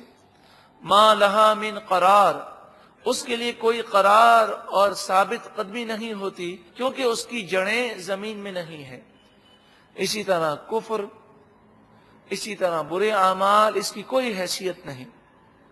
یثبت اللہ الذین آمنوا بالقول الثابت فی الحیات الدنیا وفی الآخرہ، ایمان کا ذکر کیا گیا، اب فرمایا جا رہا ہے کہ اللہ تعالیٰ قول ثابت ایمان پر ایمان والوں کو دنیا کی زندگی میں ثابت قدمی عطا فرماتا ہے، وفی الآخرہ، اور آخرت میں بھی ثابت قدمی دیتا ہے۔ آخرت سے مراد قبر کا امتحان ہے کہ جب مومن بندہ قبر میں جائے گا، منکر نکیر قبر میں آئیں گے، اور اس سے پوچھیں گے مر ربک ما دینک ما کنت تقول فی حق ھذا الرجل. یہ 3 سوال کیے جائیں گے. تیرا رب کون ہے, تیرا دین کیا ہے, اور نبی اکرم صلی اللہ علیہ وسلم کا جلوہ دکھایا جائے گا اور فرمایا جائے گا کہ ان کے بارے میں تو دنیا میں کیا کہا کرتا تھا. جو مومن ہوگا وہ ان تینوں سوالات کے جوابات دے دے گا, اور اس کے لیے قبر تا حد نگاہ وسیع ہو جائے گی, اور قبر جنتی باغوں میں سے ایک باغ بن جائے گی. اور جس سے اللہ تعالی ناراض ہوگا وہ ہر سوال کے جواب میں کہے گا ہائی ہاتا ہائی ہاتا, ہائے افسوس, مجھے نہیں معلوم, مجھے نہیں معلوم, مجھے نہیں معلوم. فرشتے کوڑا اس پر برسائیں گے, پوری قبر آگ سے بھڑک جائے گی, اور قبر جہنم کے گڑھوں میں سے ایک گڑھا بن جائے گی. اب یہ ہم سوچ لیں کہ ہم جو اعمال اختیار کیے ہوئے ہیں یہ قبر کو جنتی بنائیں گے یا قبر کو جہنم کا گڑھا بنائیں گے. اللہ تعالی ہم سب کو ایسے اعمال کرنے کی توفیق عطا فرمائے کہ ہماری قبر جنت کے باغوں میں سے ایک باغ بن جائے. وَيُضِلُّ اللَّهُ الظَّالِمِينَ, اور اللہ تعالی ظالموں کو گمراہ فرماتا ہے. وَيَفْعَلُ اللَّهُ مَا يَشَاءُ, اور اللہ تعالی جو چاہتا ہے کرتا ہے. مراد یہ ہے کہ قبر کے اندر ظالم گناہگار جن سے اللہ ناراض ہوگا وہ جواب نہیں دے سکیں گے. الم ترى, کیا تم نے سوچا, کیا تم نے دیکھا, الی الذین بدلوا نعمت اللہ کفرا, ان لوگوں کی طرف دیکھا کہ جنہوں نے اللہ کی نعمت کو کفر کر کے بدل دیا. اللہ نے انہیں نعمتیں دیں لیکن گناہ کر کے کفر کر کے انہوں نے اپنے لیے مصیبتیں پیدا کر لیں. ان کی خوشحالی قحط سالی میں تبدیل ہو گئی. اس سے مراد کفار مکہ ہیں کہ جب انہوں نے نبی اکرم صلی اللہ علیہ وآلہ وسلم کو جھٹلا دیا اور قرآن کو ماننے سے انکار کر دیا تو 7 سال 7 ایئرز کے لیے ان پر قحط سالی مسلط کر دی گئی, یہاں تک کہ یہ مٹی اور مردار اور کتے کھانے لگے. ایسی ان کی حالت ہو گئی. وَأَحَلُّوا قَوْمَهُمْ دَارَ الْبَوَارِ, اور انہوں نے گناہ کر کے اپنی قوم کو تباہی کے گھر میں اتار دیا. کہ جو لوگ گناہ کرتے ہیں وہ در حقیقت اپنے اوپر بھی مصیبت لاتے ہیں اور ان کے گناہوں کی وجہ سے پوری قوم پر مصیبتیں آتی ہیں. اسی لیے قوم کی ذمہ داری ہے کہ خود بھی گناہ سے بچے اور انہیں بھی گناہ سے بچانے کی کوشش کرے. جہنم یصلونہا, یہ کافر جہنم میں داخل ہوں گے. وبئس القرار, جہنم بہت ہی برا ٹھکانہ ہے. وجعلوا للہ اندادا, ان مشرکین مکہ نے اللہ کے لیے مد مقابل ٹھہرائے اور شرک میں مبتلا ہو گئے, بت پرستی کرنے لگے. لیضلوا عن سبیلہ, تاکہ یہ لوگوں کو اللہ کے راستے سے گمراہ کر دیں. اور ان مشرکین مکہ نے کئی لوگوں کو گمراہ کیا. قل, اے محبوب آپ فرمائیے, تمتعوا, کچھ فائدہ اٹھا لو دنیا کی حقیر زندگی میں. فإن مصیرکم الی النار, پھر بے شک تمہیں جہنم کی آگ کی طرف پلٹنا ہے. قل, اے محبوب آپ فرمائیے, لعبادی, میرے ان بندوں سے, الذین آمنوا, وہ جو ایمان لائے, ان ایمان والوں سے فرما دیجئے, یقیموا الصلاۃ, وہ نماز قائم رکھیں. قرآن مجید فرقان حمید میں اللہ تعالی نے اپنے محبوب کی زبانی کہلوایا کہ اے محبوب آپ مومنوں سے کہہ دیں کہ وہ نماز قائم رکھیں, نماز کی پابندی کریں. کس قدر نماز کی اہمیت ہے کہ پورے قرآن پاک میں ایمان کے بعد سب سے زیادہ نماز کا ذکر کیا گیا. اور پھر افسوس کا مقام یہ ہے کہ سب سے زیادہ غفلت آج کل نماز ہی کے معاملے میں پائی جاتی ہے. اول تو ہم نماز کے پابند نہیں ہیں. جب موڈ ہوتا ہے، جب وقت ہوتا ہے، جب فارغ ہوتے ہیں تو نماز پڑھ لیتے ہیں. فجر قضا ہو جاتی ہے، کبھی مصروفیات کی وجہ سے عصر نکل جاتی ہے، کبھی سفر میں ہوتے ہیں تو مغرب ہم چھوڑ دیتے ہیں، کبھی آفس سے آ رہے ہوتے ہیں تو مغرب نکل جاتی ہے، کبھی تھکے ہوئے ہوتے ہیں تو عشاء ہم چھوڑ دیتے ہیں. ایک تو نماز ہم چھوڑتے ہیں، قضا کرتے ہیں. دوسری نحوست یہ ہے کہ ہم نماز پڑھتے ہیں تو نماز کو اہمیت نہیں دیتے. ہر چیز کو اہمیت دینے کی ضرورت ہے، تو نماز کو ہم اہمیت نہیں دیتے. نماز کے لیے ہم صاف ستھرے کپڑے پہنیں، اچھی طرح وضو کریں اور بڑے اہتمام کے ساتھ، توجہ کے ساتھ، اطمینان سے، سکون سے نماز ادا کریں. ہمارے جیب میں موبائل ہوتا ہے، بسا اوقات تو موبائل کو بند کرنا بھول جاتے ہیں تو یہ بجنا شروع ہوتا ہے. ہمیں بھی تنگ کرتا ہے، دوسروں کو بھی تنگ کرتا ہے. لیکن نعوذ باللہ من ذالک ثم نعوذ باللہ من ذالک، نماز پڑھنے والا نمازی شخص کیا موبائل کے اندر میوزیکل ٹیونز رکھ سکتا ہے؟ جبکہ میوزیکل ٹیونز موبائل میں رکھنا حرام ہے، مگر اس کے باوجود احساس نہیں. تو میوزیکل ٹیونز، موسیقی والی ٹیونز اگر مسجد کے باہر بجیں تب بھی حرام ہے، مسجد میں بج رہی ہیں، توبہ استغفر اللہ. اب تو نعوذ باللہ من ذالک بعض لوگوں نے میوزیکل ٹیونز کی جگہ باقاعدہ گانے رکھ دیے ہیں. اور کبھی کبھی اتنا افسوس ہوتا ہے کہ مسجد میں جب ان کا موبائل بجتا ہے تو فلمی گانے بجنے شروع ہو جاتے ہیں. فلمی گانے سے مراد جیسے بعض نیک لوگوں نے اپنے موبائل کے اندر اذان فٹ کی ہوئی ہے، تو جب ان کی کال آتی ہے تو اذان کی آواز آتی ہے، نعت کی آواز آتی ہے، قرآن کی تلاوت کی آواز آتی ہے. تو ایسے بعض نادان بھی لوگ ہیں کہ ان کا جب موبائل بجتا ہے تو نعوذ باللہ من ذالک ثم نعوذ باللہ من ذالک گانوں کی آوازیں آتی ہیں اور مسجد میں بج رہا. تو مسجد ہو غیر مسجد ہو، میوزیکل ٹیونز رکھنا یا گانے رکھنا یہ حرام ہے، مگر مسجد میں تو اور بھی بڑا گناہ ہے. لیکن میں ایک دوسری بات کرنے لگا ہوں. وہ بات یہ ہے کہ میوزیکل ٹیون بھی اگر کوئی نہ رکھے، وہ گانے بھی نہ رکھے، اور وہ ایک سادہ ایک ایسی گھنٹی رکھے جو اسے بتا سکے کہ فون آ رہا ہے، ایسی بیل جس کے اندر میوزک کی ٹیونز نہ ہو، تو یہ جائز تو ہے. لیکن نماز پڑھتے وقت اتنا ہوش بھی نہیں ہوتا کہ اسے بند کر لیں. اچھا، بعض لوگ کیا کرتے ہیں، اسے بند تو کرتے ہیں، موبائل سائلنٹ پہ رکھ دیتے ہیں نماز کے دوران. یہ بھی درست نہیں ہے، بلکہ پورا آف کریں. اللہ کے دربار میں کھڑے ہیں، اب جیب کے اندر سائلنٹ میں وائبریشن پر ہے اور وہ موبائل جھوم رہا ہوتا ہے، ساری توجہ اس پر ہوتی ہے، نہ جانے کس کا فون آ رہا ہوگا، نہ جانے کون ضروری آدمی ہوگا. جلدی جلدی نماز ختم کرتے ہیں.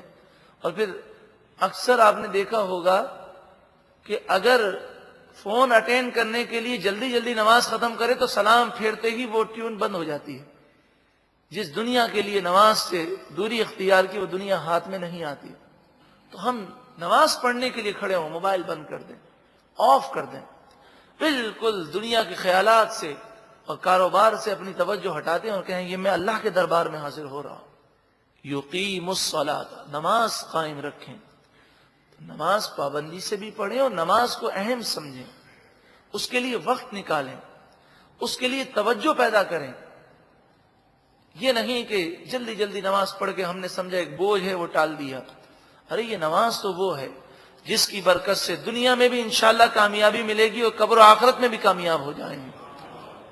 وَيُنْفِقُوا مِمَّا رَزَقْنَاهُمْ سِرًّا وَعَلَانِيَةً، اور ان سے فرما دیں کہ جو ہم نے انہیں روزی دی وہ پوشیدہ اور ظاہر کر کے وہ ہماری راہ میں خرچ کریں.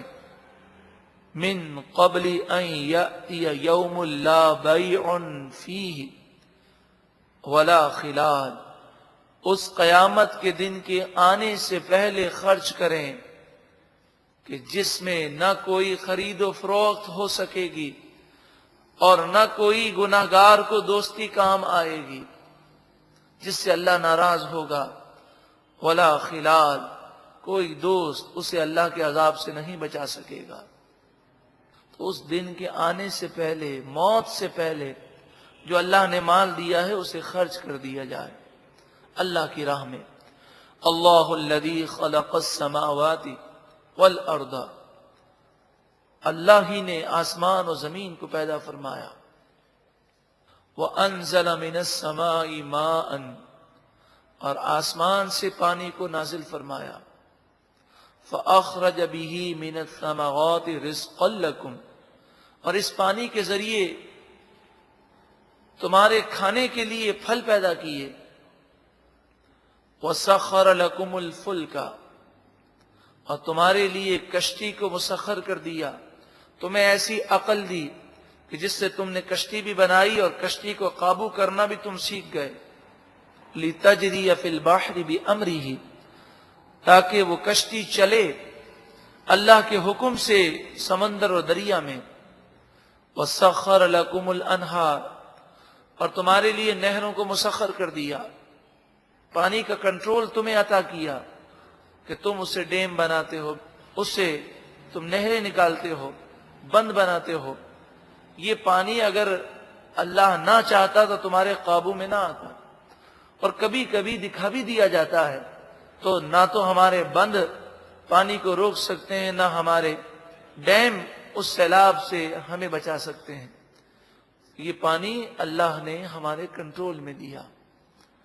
وَسَخَّرَ لَكُمُ الشَّمْسَ وَالْقَمَرَ دَائِبَيْنِ، اور تمہارے لیے سورج اور چاند کو چلتا ہوا کر دیا۔ اسی سے موسم بنتے ہیں، اسی سے بارشیں ہوتی ہیں، اور یہ نظام ہے جس سے تمہارے لیے فصل پیدا ہوتی ہے۔ آپ نے دیکھا ہوگا ہر سبزی اور ہر پھل ہر موسم میں نہیں ہوتا، تو سورج کی چال کا اس پر اثر ہوتا ہے۔ وَسَخَّرَ لَكُمُ اللَّيْلَ وَالنَّهَارَ، اور تمہارے لیے رات و دن کو مسخر کر دیا کہ دن میں ایسی روشنی نہیں کہ تمہاری آنکھیں پھٹ جائیں، ایسی گرمی نہیں کہ تم چل نہ سکو۔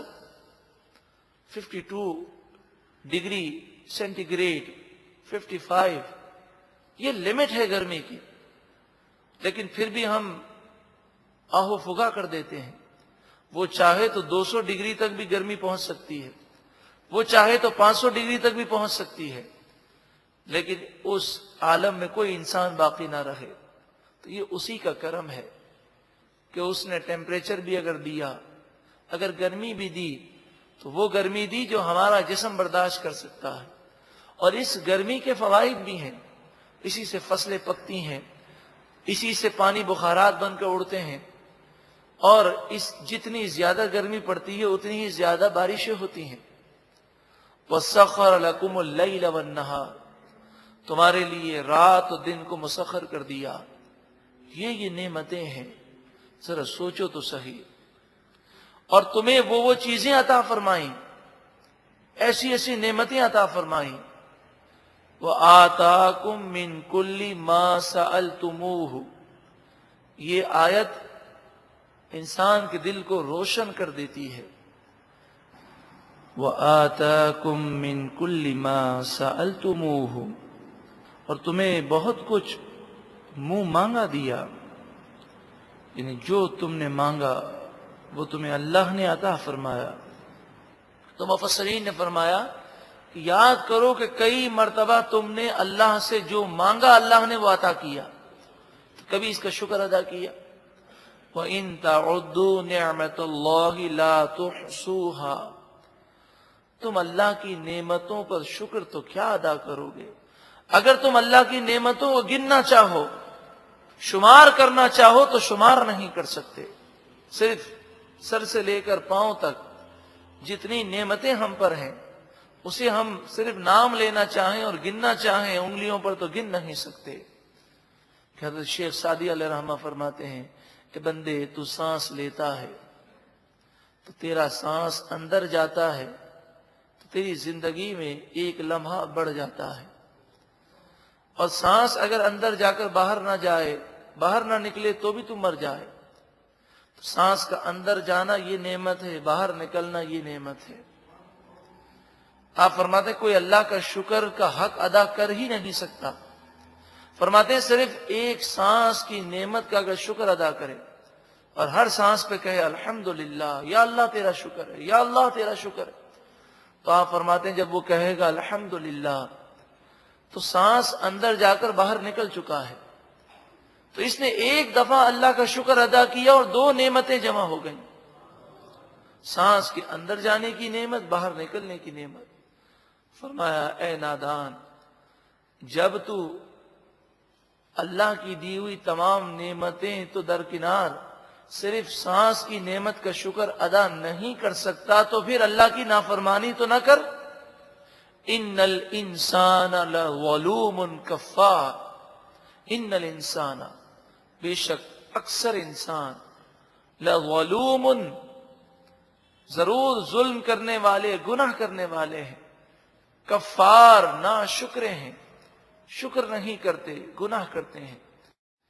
وَإِذْ قَالَ ابراہیم، یاد کرو جب ابراہیم علیہ السلام نے عرض کی رب اجعل هذا البلد آمنا، اے پروردگار اس شہر مکہ کو امن والا بنا دے. وَجْنُبْنِي وَبَنِيَّ أَن نَعْبُدَ الْأَصْنَامَ، مجھے اور میری اولاد کو بتوں کی پوجا کرنے سے محفوظ فرما. رب انہن اضللن کثیرا من الناس، اے پروردگار ان بتوں نے بہت سارے لوگوں کو گمراہ کر دیا. فمن تبعنی، پس جو کوئی میری فرمانبرداری کرے، فانہ منی، پس بے شک وہ مجھ ہی سے ہے. ومن عصانی، اور جو میری نافرمانی کرے، فإنک غفور الرحیم، پس بے شک تو ہی بخشنے والا مہربان ہے. اس نافرمان پر کرم کر دے اور اسے توبہ کی توفیق دے دے. ربنا، اے ہمارے رب، انی اسکنت من ذریتی، میں نے اپنی اولاد میں سے حضرت اسماعیل کو چھوڑ دیا. بواد غیر ذی زرع، ایک ایسی وادی میں جو بنجر ہے، ریگستان ہے، جس پہ کھیتی نہیں اگتی. عند بیتک المحرم، تیرے مکرم اور معظم گھر خانہ کعبہ کے نزدیک. یہ اس وقت آپ نے دعا کی کہ جب حضرت بی بی ہاجرہ اور حضرت اسماعیل علیہ السلام کو چھوڑ کر آپ جا رہے تھے اور بی بی ہاجرہ نے آواز دی اور کہا بیابان ریگستان میں تھوڑا سا پانی اور تھوڑی سی کھجوریں دے کر آپ ہمیں کیوں چھوڑ کر جا رہے ہیں؟ کیا آپ ہم سے ناراض ہیں؟ آپ نے کوئی جواب نہ دیا. تو کہا صرف یہ بتا دیجئے کہ آپ اپنی مرضی سے چھوڑنے آئے ہیں یا یہ اللہ کا حکم ہے؟ تو آپ نے کہا میرے رب نے حکم دیا ہے، بی بی ہاجرہ پر قربان جائیے. آپ نے کہا کہ اگر ہمارے رب کا حکم ہے تو ہمیں کوئی فکر کی حاجت نہیں، وہ رب ہماری مدد فرمائے گا. اس موقع پر آپ جب اپنے شیر خوار دودھ پیتے بچے کو چھوڑ کر ریگستان میں چھوڑ کر آپ جا رہے تھے، تو اس موقع پر آپ نے یہ دعا کی اے پروردگار، تیرے بھروسے پر اور تیرے حکم پر ایک ویران سرزمین پر میں نے اپنے بیٹے اسماعیل کو اور میری زوجہ بی بی ہاجرہ کو چھوڑ دیا ہے. یہ کیوں چھوڑا تھا؟ یہاں پر آبادی ہوگی اور یہ شہر آباد ہو جائے گا. طوفان نوح کے بعد مکہ مکرمہ آباد مکمل نہ ہو سکا اور اس وقت تک یہاں پر آبادی نہ تھی. نیک صالحین لوگ آتے اور خانہ کعبہ کی جو جگہ تھی اب وہاں عمارت نہ تھی کیونکہ طوفان نوح میں وہ عمارت اٹھا لی گئی تھی. تو ایک ٹیلہ تھا، تو نیک صالح لوگ اس کے گرد وہ طواف کرتے، لیکن یہاں کوئی آبادی نہ تھی. ربنا، اے ہمارے رب، لیقیموا الصلاۃ، یہاں اس لیے آباد کیا تاکہ لوگ نماز قائم رکھیں، یہ گھر آباد ہو، یہ شہر آباد ہو، لوگ تیری عبادت کریں۔ فَاجْعَلْ أَفْئِدَةً مِّنَ النَّاسِ تَهْوِي إِلَيْهِمْ، پس لوگوں کے دل ان کی طرف مائل کر دے، قربان جائیے۔ حضرت ابراہیم علیہ السلام نے کیسی دعا کی، اور آپ کی دعا کیسی مقبول ہوئی کہ اہل مکہ، مکہ مکرمہ کی سرزمین اتنی پیاری سرزمین ہے کہ جتنی دفعہ حاضری نصیب ہو، شوق اور لگن کم ہونے کے بجائے اور بڑھ جاتا ہے۔ اللہ اس مبارک سرزمین کی، مکہ مکرمہ اور مدینہ منورہ کی بار بار با ادب حاضریاں ہم سب کو نصیب فرمائے۔ وَارْزُقْهُم مِّنَ الثَّمَرَاتِ، اور انہیں پھلوں سے روزی عطا فرما۔ آج کل تو خیر ٹرانسپورٹ کی سہولتیں ہیں، دنیا نے بڑی ترقی کر لی، آج بھی مکہ مکرمہ میں زراعت اس طرح نہیں ہوتی جس طرح عام علاقوں میں ہوتی ہے، لیکن آج تو ہم کہہ سکتے ہیں جی ہوائی جہاز ہیں، بڑا ٹرانسپورٹ ہے، اس لیے ہر قسم کے پھل اور سبزیاں وہاں پر موجود ہیں۔ لیکن اس زمانے میں جب کہ سفر کی سہولتیں نہ تھیں، پوری دنیا میں اگر قحط بھی ہو تو اللہ تبارک و تعالی اہل مکہ پر فضل و انعام نازل فرماتا اور انہیں کوئی تکلیف نہ ہوتی۔ اس آیت میں کفار مکہ کو سمجھایا گیا کہ اب تم 7 ایئر سے 7 سال سے جو قحط سالی میں مبتلا ہو، تو سوچو یہ تو وہ سرزمین ہے کہ ساری دنیا میں اگر قحط ہوتا تب بھی اس سرزمین پر قحط نہ ہوتا، تو اب یہ تمہیں جو تکلیف دی گئی ہے یہ عبرت کے لیے ہے کہ تم توبہ کر لو کہ تمہارے گناہوں کی وجہ سے اس سرزمین پر قحط سالی کی کیفیات پیدا کی گئی ہیں۔ تو ان 7 سالوں کے علاوہ کبھی بھی مکہ مکرمہ میں پھلوں اور سبزیوں کی کمی نہ رہی، تو کفار مکہ کو عبرت حاصل کرنی چاہیے، لیکن انہوں نے عبرت حاصل نہ کی، بلکہ آپ کو حیرت ہوگی کہ یہ دعا کرانے کے لیے بھی حضور کے پاس آئے کفار مکہ اور کہنے لگے کہ آپ نے دعا کر کے ہماری بارشیں بند کی ہیں، آپ کو قرابت داری اور رشتہ داری کا واسطہ، آپ کو آپ کے اللہ کا واسطہ، آپ ہمارے لیے دعا کریں کہ اللہ تعالیٰ بارش کو نازل فرمائے۔ حضور رحمت للعالمین ہے، آپ نے ان کی حالتیں دیکھیں تو آپ نے دعا کر دی، دعا کرتے ہی قحط سالی دور ہو گئی۔ اب کتنی واضح دلیل تھی کہ نبی اکرم صلی اللہ علیہ وسلم سچے نبی ہیں، لیکن پھر بھی یہ کفار ایمان نہ لائے۔ لعلہم یشکرون، تاکہ وہ شکر کریں۔ ربنا، اے ہمارے رب، انک تعلم ما نخفی وما نعلن، اے پروردگار تو جانتا ہے جو ہم چھپاتے ہیں، جو ہم ظاہر کرتے ہیں، سب کو تو جانتا ہے۔ وما یخفی علی اللہ من شیء فی الارض ولا فی السماء، آسمان و زمین میں کوئی چیز اللہ پر پوشیدہ نہیں ہے۔ الحمدللہ الذی، اللہ کا شکر ہے، اسی کے لیے حمد ہے۔ وَهَبَ لِي عَلَى الْكِبَرِ اسماعیل و اسحاق، جس نے مجھے بڑھاپے میں حضرت اسماعیل اور حضرت اسحاق عطا فرمائے۔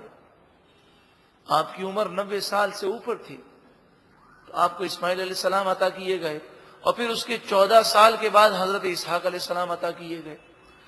ان ربی لسمیع الدعاء، بے شک میرا رب ضرور دعاؤں کو خوب سننے والا ہے۔ رب اجعلنی، اے میرے رب تو مجھے قائم و دائم رکھ، مقیم الصلاۃ، نماز قائم کرنے والا بنا۔ ذرا غور تو کریں، اس تھوڑے سے قرآن کے حصے میں 3 مرتبہ نماز کا ذکر ہے، اور نماز کس قدر اہم ہے کہ حضرت ابراہیم علیہ السلام ہمیشہ نماز کی پابندی کی دعا کر رہے ہیں۔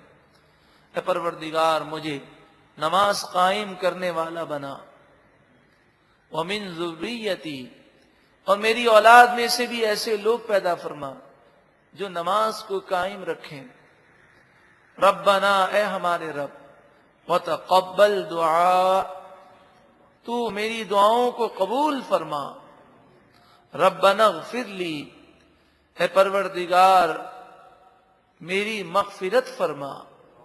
وہ تو بخشے بخشائے ہیں، یعنی ان سے تو کوئی گناہ ہو ہی نہیں سکتا، وہ تو معصوم ہے۔ ہماری تعلیم کے لیے ہمیں یہ سکھایا کہ اس طرح دعا مانگی جائے۔ ربنا اغفر لی، اے پروردگار مجھے بخش دے، ولی والدیہ، اور میرے والدین کو بخش دے، وللمؤمنین، اور مومنوں کو بخش دے، یوم یقوم الحساب، اس دن بخشش فرما جس دن حساب قائم ہوگا۔ اس رکوع میں دو باتیں بہت توجہ ہمیں کرنے کی ضرورت ہے۔ ایک تو یہ ہے کہ حضرت ابراہیم علیہ السلام نے اللہ کی خاطر، اللہ کے حکم کے لیے اپنی زوجہ کو اور اپنے صاحبزادے کو قربان کیا کہ ویران ریگستان میں چھوڑ دینا، یہ بظاہر تو کسی کو ہلاک کرنا ہو تو ویران میں ریگستان میں ڈال دیا جائے، لیکن اللہ کے حکم پر آپ سب کچھ کرنے کو تیار تھے اور اللہ نے ان کی مدد فرمائی۔ حضرت ابراہیم علیہ السلام کی سنت، آپ کا انداز، آپ کا طریقہ ہمیں یہ سکھاتا ہے کہ ہماری زوجہ ہو کہ ہمارے ماں باپ ہو، ہماری اولاد ہو کہ ہمارے بھائی بہن ہو، ہمارا کوئی بھی رشتہ دار ہو، اللہ کے حکم کو سب سے بڑی فوقیت ہونی چاہیے، اور ان کی خاطر ہم دین سے دور نہ رہیں، ان کی خاطر ہماری نمازیں قضا نہ ہوں، ان کی خاطر ہماری جماعت نہ چھوٹے، ان کی خاطر ہم حرام نہ کمائیں۔ اور دوسری بات بتائیے، ابراہیم علیہ السلام نے جب یہ دعا کی تو یہ وقت کون سا تھا؟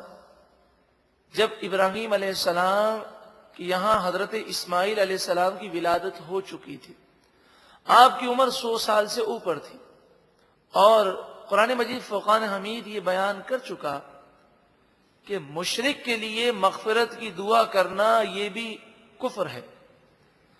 مشرک کے لیے، کافر کے لیے مغفرت کی دعا کرنا کیا ہے؟ کفر ہے۔ ابراہیم علیہ السلام کہ اگر والد مشرک ہوتے، کافر ہوتے تو کیا آپ یہ دعا کرتے؟ جبکہ قرآن مجید فرقان حمید بیان کرتا ہے کہ جب آپ کے سامنے یہ ظاہر ہو گیا کہ آپ کا چچا آزر یہ اب مشرک ہے، تو آپ نے اس سے اعلان بیزاری فرما دیا، اور پھر آپ نے کبھی بھی اس کے لیے مغفرت کی دعا نہیں کی۔ تو اب 100 سال کی عمر کے بعد اس موقع پر آپ یہ دعا کر رہے ہیں، ولی والدیہ، میرے والدین ماں باپ کی مغفرت فرما۔ تو اس آیت سے بھی معلوم ہوتا ہے کہ ابراہیم علیہ السلام کے والد مشرک و کافر نہیں تھے، بلکہ آپ کے والد تاریخ جو ہیں وہ مومن تھے۔ آزر آپ کا والد نہیں بلکہ چچا ہے، اور لفظ ابن قرآن پاک میں چچا کے لیے بھی استعمال ہوا ہے۔ اللہ تبارک و تعالی ہمیں ابراہیم علیہ السلام کی دعا کے صدقے میں ہمیشہ نماز پڑھنے کی توفیق عطا فرمائے۔ اللہ تبارک و تعالی ہماری مغفرت فرمائے، اور رب العالمین حضرت ابراہیم علیہ السلام کی نیکی، آپ کی پرہیزگاری اور دین کی خاطر جو آپ نے قربانیاں دیں، اللہ تعالی ہمیں بھی نیک بنائے، پرہیزگار بنائے، اور قرآن کی دعوت عام کرنے کے لیے ہمیں بھی رب العالمین کوشش کرنے کی توفیق عطا فرمائے۔ وَلَا تَحْسَبَنَّ اللَّهَ غَافِلًا عَمَّا يَعْمَلُ الظَّالِمُونَ، اور تم ظالموں کے عمل سے اللہ کو غافل نہ سمجھنا۔ اللہ تعالیٰ ظالموں کے معاملات سے اور ان کے ظلم سے بے خبر نہیں۔ یہ ڈھیل جو دی جا رہی ہے، یہ ڈھیل اللہ تعالیٰ کی حکمت ہے۔ انما یؤخرہم لیوم تشخص فیہ الابصار، اللہ تعالیٰ ان ظالموں کو، ان گناہگاروں کو اس قیامت کے دن کے وقت تک ڈھیل عطا فرماتا ہے جس دن آنکھیں کھلی رہ جائیں گی اس کی ہیبت اور اس کی وحشت سے، آنکھیں کھلی کی کھلی رہ جائیں گی۔ مہطعین مقنعین، مہطعین وہ قبروں سے نکل کر بے تحاشا دوڑیں گے، اس قدر گھبراہٹ ان پر طاری ہوگی۔ مقنعی رؤوسہم، اپنے سروں کو اٹھائے ہوں گے خوف کے مارے۔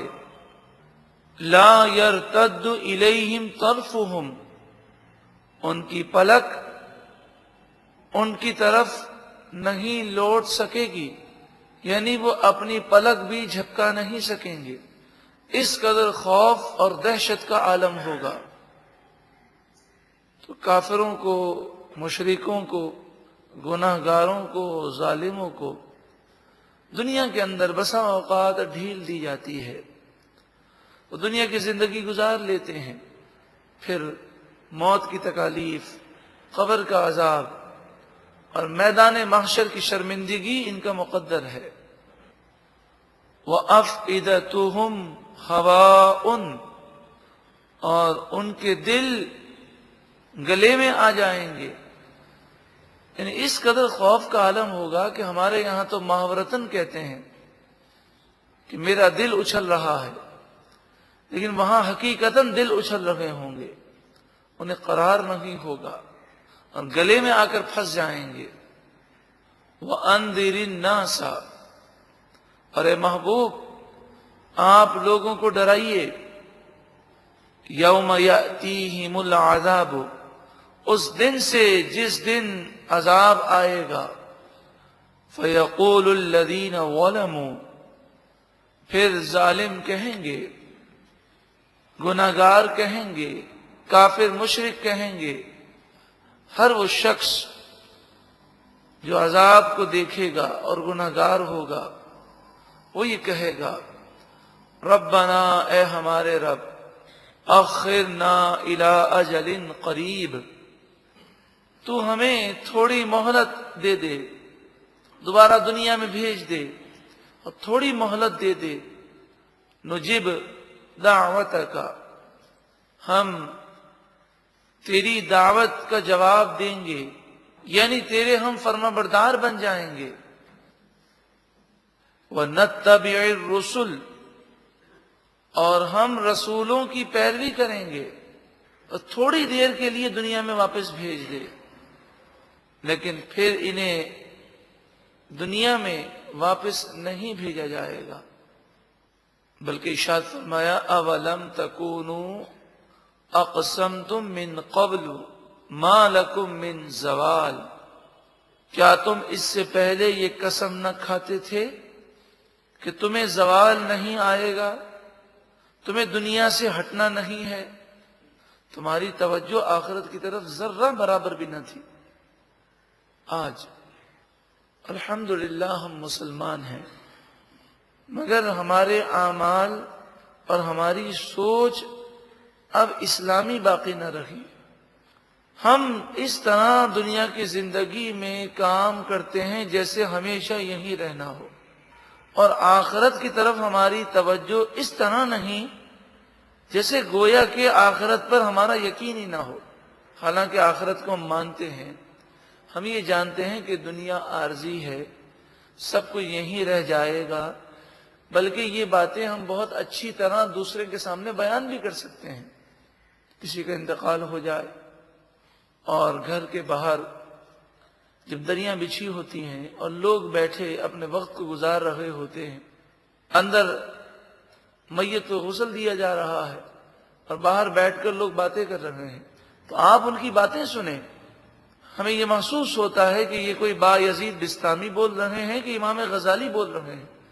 ایسی پیاری پیاری باتیں ہوتی ہیں، مثلا یہ جملے اکثر بولے جاتے ہیں، ہاں بھائی دیکھیں زندگی کا کوئی بھروسہ نہیں ہے، ایک نہ ایک دن سب کو جانا ہے، جیسی کرنی ویسی بھرنی ہے، دنیا کا کیا ہے، دنیا عارضی ہے، فانی ہے، اللہ کے حضور جواب دینا ہے، نیک اعمال ہی کام آئیں گے، اس طرح کی گفتگو قبرستان تک ہوتی ہے، اور لوگ ایک دوسرے کے سامنے اس طرح گفتگو کرتے ہیں، بلکہ کسی مرنے والے کے عزیز کو تسلی دینی ہو تو یہی جملے کہے جاتے ہیں، ارے بھائی سب کو جانا ہے، ایک مقررہ وقت پر سب چلے جائیں گے، اس میں اتنا افسوس کی بات کیا ہے؟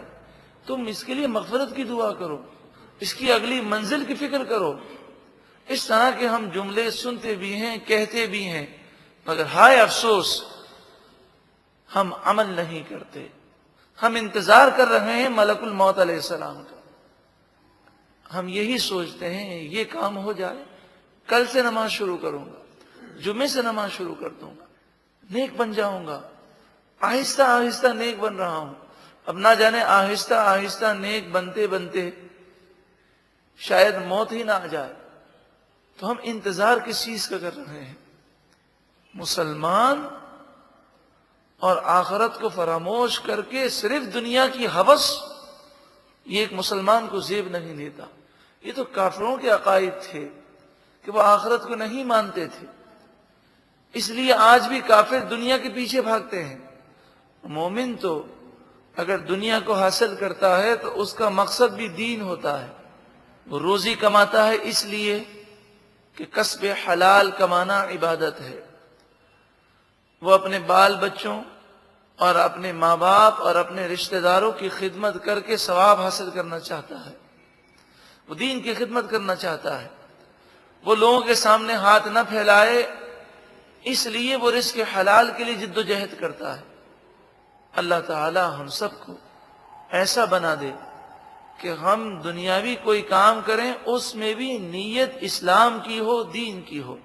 یہاں تک کہ اگر ہم کھانا کھائیں اور نیت یہ ہو کہ کھانا کھا کر مجھے قوت آئے گی اور میری صحت اچھی ہوگی تو میں اچھی طرح دین کی خدمت کر سکوں گا، اللہ کی عبادت کر سکوں گا، اور واقعی وہ ایسا کرتا بھی ہو تو اس نیت پر اسے بہت زیادہ ثواب دیا جائے گا۔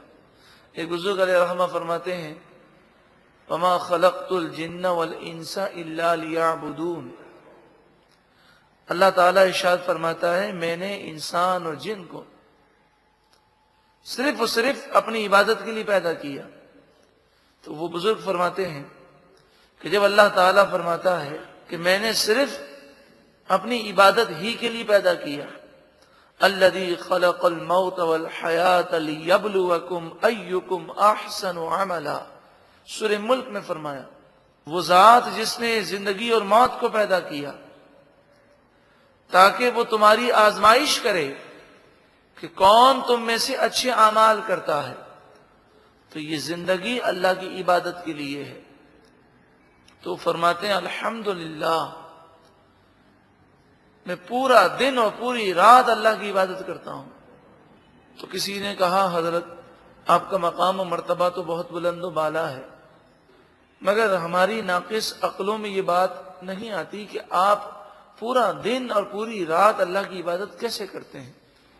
ہم تو کبھی آپ کو آرام کرتا ہوا بھی دیکھتے ہیں، کبھی آپ کو روزی کمانے کے لیے بازار میں بھی دیکھتے ہیں، آپ اپنے بال بچوں کی پرورش بھی کرتے ہیں، اپنے گھر کے انتظام کو بھی چلاتے ہیں، رشتہ داروں سے بھی ملاقات کرتے ہیں، کھانا بھی کھاتے ہیں، پانی بھی پیتے ہیں، اور آپ کہتے ہیں کہ میرے دن رات اللہ کی عبادت میں گزرتے ہیں۔ تو آپ نے فرمایا یہ بتاؤ میرا کوئی عمل رسول اللہ صلی اللہ علیہ وسلم کے طریقے اور آپ کی سنت کے خلاف ہے؟ انہوں نے کہا نہیں، آپ کا ہر عمل حضور کی سنت کے مطابق ہے۔ فرمایا جب میرا ہر عمل حضور کی سنت کے مطابق ہے تو انشاءاللہ مجھے کھانا کھانے کا بھی ثواب دیا جائے گا، مجھے پانی پینے کا بھی ثواب دیا جائے گا، بلکہ مجھے سونے کا ثواب بھی ملے گا۔ کاش ہماری زندگی بھی ایسی ہو جائے۔ اولم تکونوا اقسمتم من قبل ما لکم من زوال، کیا تم اس سے پہلے یہ قسمیں نہیں کھاتے تھے کہ تمہارے لیے زوال نہیں ہے، تمہارے لیے اس دنیا سے ہٹنا نہیں ہے، اور آخرت کے بارے میں تمہارا عقیدہ نہیں تھا؟ اب میدان قیامت میں کہتے ہو کہ اے اللہ تو ہمیں دنیا میں بھیج دے، تھوڑی مہلت دے دے، ہم اب نیک بن جائیں گے، وَسَكَنْتُمْ فِي مَسَاكِنِ الَّذِينَ ظَلَمُوا أَنفُسَهُمْ، اور تم ان لوگوں کے گھروں میں رہے جنہوں نے اپنی جانوں پر ظلم کیا، لیکن موت نے انہیں قبر میں پہنچا دیا۔ عیاشی کرنے والے، گناہ کرنے والے جو مکانات میں رہے، انہی مکانات میں تم رہے یا ان کے قریب رہے، لیکن ان کی موت سے تم نے عبرت نہیں حاصل کی۔ کیا ہم دیکھتے نہیں کئی لوگ بنگلے اور کاریں چھوڑ کر قبر میں چلے جاتے ہیں، لیکن اس بنگلے میں رہنے والے وہ رسا ان کے گناہ کرنے سے عبرت حاصل نہیں کرتے۔ ایک نہ ایک دن موت نے تو ان کے سارے عیش کو ختم کر دیا۔ وَتَبَيَّنَ لَكُمْ، اور واضح ہوا تمہارے لیے، کیف فعلنا بہم، ہم نے ان کے ساتھ کیسا سلوک کیا، ان کا ہم نے کیسا انجام کیا، یہ تم پر ظاہر ہو گیا، اس کے باوجود بھی تمہیں عبرت نہیں۔ وَضَرَبْنَا لَكُمُ الْأَمْثَالَ، اور ہم نے تمہارے لیے مثالیں بیان کی، مگر پھر بھی تم دنیا کے اندر راہ راست پر نہ آئے۔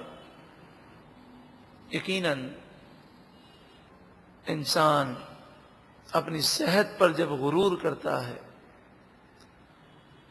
اپنی دولت پر غرور ہے، اپنے عہدے منصب پر غرور ہے، کوئی اپنے آپ کو مغرور تسلیم کرنے کو تیار نہیں ہے۔ ہر مغرور اور متکبر شخص یہی کہتا ہے میں تو عاجزی پسند ہوں، مگر ان کے عمل سے، ظلم کی آندھیاں چلانے سے، اور جس انداز میں وہ عیاشیاں اور گناہ کرتے ہیں، اندازہ ہو جاتا ہے کہ اگر اللہ کا خوف ہوتا اور اللہ کی جناب میں عاجزی ہوتی تو کبھی اللہ کی نافرمانی اور اللہ کی مخلوق پر اس طرح ظلم نہ کرتے۔ پھر ان کا انجام کیا ہوتا ہے؟ ایک نہ ایک دن صحت ختم ہو جاتی ہے، بیمار پڑ جاتے ہیں، ہسپتالوں میں ہوتے ہیں، اور پھر ایڑیاں رگڑ رگڑ کر وہ دنیا سے چلے جاتے ہیں۔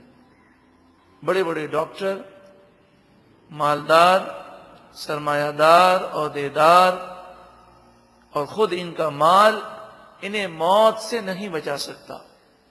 بے بسی کا عالم ہوتا ہے۔ انسان کو عبرت حاصل کرنی چاہیے۔ اور کچھ تو ایسے ہوتے ہیں کہ انہیں وصیت کرنے کا بھی موقع نہیں ملتا۔ صبح کی نماز ان کی قضا ہوئی، رات بھر گناہ کرتے رہے، دن میں آفس میں گئے تو کتنے جھوٹ بولے، ظہر کی نماز بھی ادا نہ کی، انہیں ایک گناہوں بھری زندگی گزار رہے ہیں، اور اچانک سے آفس کی سیٹ پر بیٹھے بیٹھے دنیا سے چلے جاتے ہیں۔ نہ تو کلمہ نصیب ہوتا ہے، نہ توبہ نصیب ہوتی ہے، نہ نمازیں نصیب ہوتی ہیں۔ یہ بھی کوئی زندگی ہے؟ یقیناً عقل مند اور دانا وہی ہے جو اللہ اور اس کے رسول کی فرما برداری والی زندگی گزارے۔ وَقَدْ مَكَرُوا مَكْرَهُمْ، اور بے شک انہوں نے خوب فریب کیا، مکر کیا۔ وَعِنْدَ اللَّهِ مَكْرُهُمْ، اور ان کے فریب اللہ کے قابو میں ہے، اللہ کے قبضہ و قدرت میں ہے۔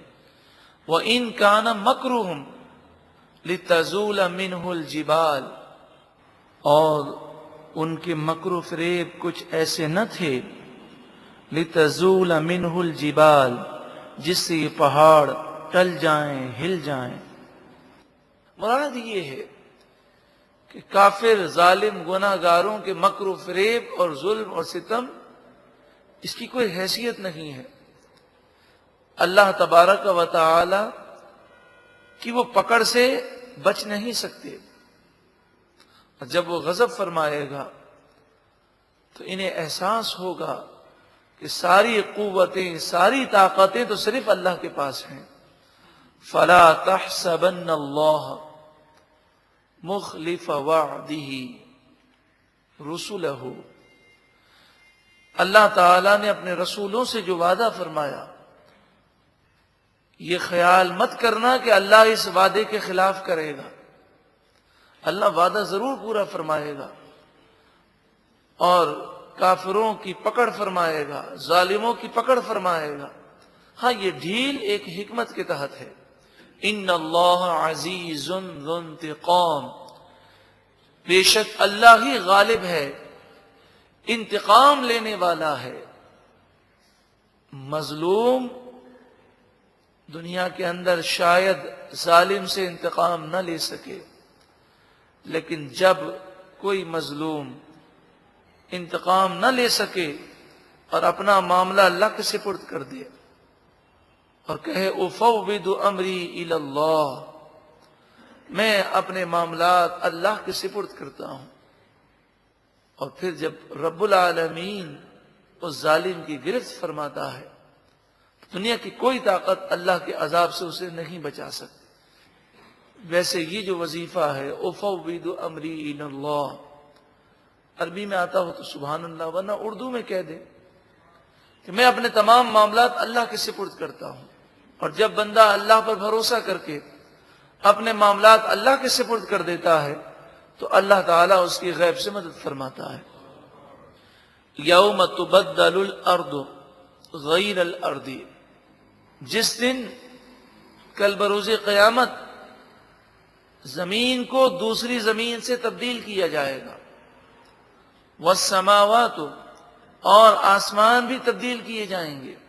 مراد یہ ہے کہ یہ زمین اور یہ آسمان فانی ہے، یہ ختم ہو جائے گا، پھر کل بروز قیامت دوسری زمین اور دوسرا آسمان پیدا کیا جائے گا۔ اس وقت زمین میں نہ پہاڑ ہوں گے، نہ دریا ہوں گے، نہ نہریں ہوں گی، اور نہ ہی اونچے نیچے راستے ہوں گے، بلکہ زمین بالکل سیدھی ہوگی۔ اس قدر سیدھی ہوگی کہ زمین کے ایک کنارے سے کوئی دوسرے کنارے پر دیکھے تو اسے رائے کا دانہ بھی نظر آ جائے گا۔ زمین تانبے کی ہوگی اور بالکل سیدھی ہوگی۔ اور آسمان کے متعلق بعض مفسرین نے ایک روایت بیان فرمائی کہ آسمان پیلا ہوگا، وہ یا تو تانبے کا ہوگا یا سونے کا ہوگا۔ اور سورج، یہ جو سورج ہے اسے فنا ہے، اللہ تعالیٰ دوسرا سورج پیدا فرمائے گا، وہ سورج اس سورج سے بھی زیادہ گرم ہوگا۔ اس سورج کی تو کہتے ہیں پیٹھ ہے، اس کا چہرہ ہوگا، مراد یہ کہ بہت زیادہ گرم ہوگا، اور ایسی آگ برسا رہا ہوگا کہ گناہگار لوگ میدان قیامت میں جب کھڑے ہوں گے تو ان کے جسم سے اتنا پسینہ نکلے گا کہ زمین 70 ہاتھ تک پسینے کو جذب کرے گی، پھر زمین ان کے پسینے کو جذب نہ کر سکے گی، پھر پسینہ زمین پر جمع ہونا شروع ہوگا، پھر جتنا زیادہ گناہگار ہوگا اتنا اس کا پسینہ زیادہ ہوگا۔ کسی کا پسینہ اس کے ٹخنوں کو پکڑ لے گا، کسی کا پسینہ اس کے گھٹنوں کو پکڑ لے گا، کسی کا پسینہ اس کی پیٹھ تک ہوگا، اور کوئی اپنے پسینے میں ڈبکیاں کھا رہا ہوگا، جسم پر لباس نہیں ہوگا، کوئی سایہ نہیں ہوگا، صرف ایک سایہ ہوگا، اللہ رب العالمین کے عرش کا سایہ ہوگا۔ اللہ تبارک و تعالی ہمیں نیک اعمال اختیار کرنے کی توفیق عطا فرمائے، ایسے اعمال اختیار کرنے کی توفیق عطا فرمائے کہ اللہ تعالیٰ ہم سے راضی ہو جائے، اور عرش الہی کے سایہ کل بروز قیامت ہمیں بھی نصیب ہو جائے۔ اور جو عرش الہی کے سائے میں ہوں گے ان پر کیا کرم ہوگا؟ ان پر یہ کرم ہوگا کہ میدان محشر کی ساری سختیاں ان کے لیے آسان ہوں گی۔ 50,000 سالہ دن ان کے لیے ایسے ہوگا جیسے ایک نماز پڑھنے میں وقت لگتا ہے، اتنا آسان ہو جائے گا۔ اللہ تعالیٰ ان نیک لوگوں میں ہمیں بھی شامل فرمائے۔ وَبَرَزُوا لِلَّهِ الْوَاحِدِ الْقَهَّارِ، اور تمام لوگ اللہ کے حضور حاضر ہوں گے، وہ اللہ جو واحد ہے، غالب ہے۔ وَتَرَى الْمُجْرِمِينَ، اور تم مجرموں کو، گناہگاروں کو دیکھو گے، یومئذ، اس دن، مقرنین فی الاسفاد، کہ آگ کی بیڑیوں میں، زنجیروں میں وہ جکڑے ہوں گے۔ سرابیلہم من قطران، اور ان کا لباس قطران کا ہوگا۔ قطران رال کو کہتے ہیں۔ یہ جو ہمارے ہاں روڈ بنایا جاتا ہے تو جو ڈامر بچھایا جاتا ہے اسے قطران کہتے ہیں۔ یہ جب گرم ہوتا ہے، شدید گرم ہو، اور کبھی کسی کا پاؤں اس پر پڑ جائے، بتائیے کیسی تکلیف ہوتی ہے۔ یہاں تک کہ شدید گرم ہو اور اس پر گاڑی چلائی جائے تو بسا اوقات اس کے ٹائر پھٹ جاتے ہیں۔ وہ قطران، یہ ڈامر انتہائی بدبودار، انتہائی کالا، جہنم کی آگ سے گرم کیا گیا ہو، جو دنیا کی آگ سے 70 گنا زیادہ گرم ہے، پھر یہ قطران ان کے پورے جسم پر لیپ دیا جائے گا۔ پورے جسم پر اس کا لباس ہوگا، یعنی لیپ دیا جائے گا۔ سرابیلہم من قطران، قطران رال یعنی ڈامر کا لباس ان کا ہوگا۔ وَتَغْشَى وُجُوهَهُمُ النَّارُ، اور جہنم کی آگ ان کے چہروں کو ڈھانپ لے گی۔ لِيَجْزِيَ اللَّهُ كُلَّ نَفْسٍ مَا كَسَبَتْ، تاکہ اللہ تعالی ہر جان کو اس کے کرتوت کی سزا عطا فرمائے۔ جس نے برائی کی اس کی سزا کل بروز قیامت یہ ہے۔ اللہ تعالی ہمیں سچی پکی توبہ نصیب فرمائے اور ایسی پاکیزہ زندگی گزارنے کی توفیق عطا فرمائے کہ جب موت آئے تو ہمیں توبہ کے ساتھ اور اللہ کی رضامندی کے ساتھ موت عطا فرمائے۔ ایسا کرم ہو جائے کہ جب موت آئے تو ہماری زبان پر کلمہ طیبہ جاری ہو، اور توبہ پر اور اللہ کی رضامندی پر ہمیں موت نصیب ہو جائے۔ ان اللہ سریع الحساب، بے شک اللہ بہت جلد حساب لینے والا ہے۔ یہ 50,000 سالہ دن اس لیے نہیں کہ حساب کتاب میں دیر لگے گی، ایک لمحہ تو بہت بڑا ہے۔ اللہ تعالیٰ پوری مخلوق کا حساب اس سے بھی کم وقت میں فرما لے گا۔ یہ تو میدان قیامت گناہگاروں کے لیے ذلت کا مقام ہے، اور گناہوں سے بچنے والے نیک مومنین کی عزت کا مقام ہے۔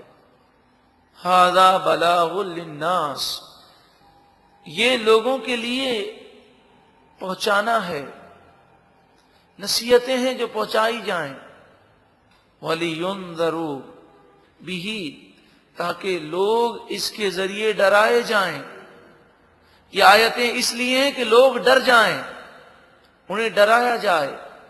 ہے کوئی اپنے دل میں ڈر رکھنے والا؟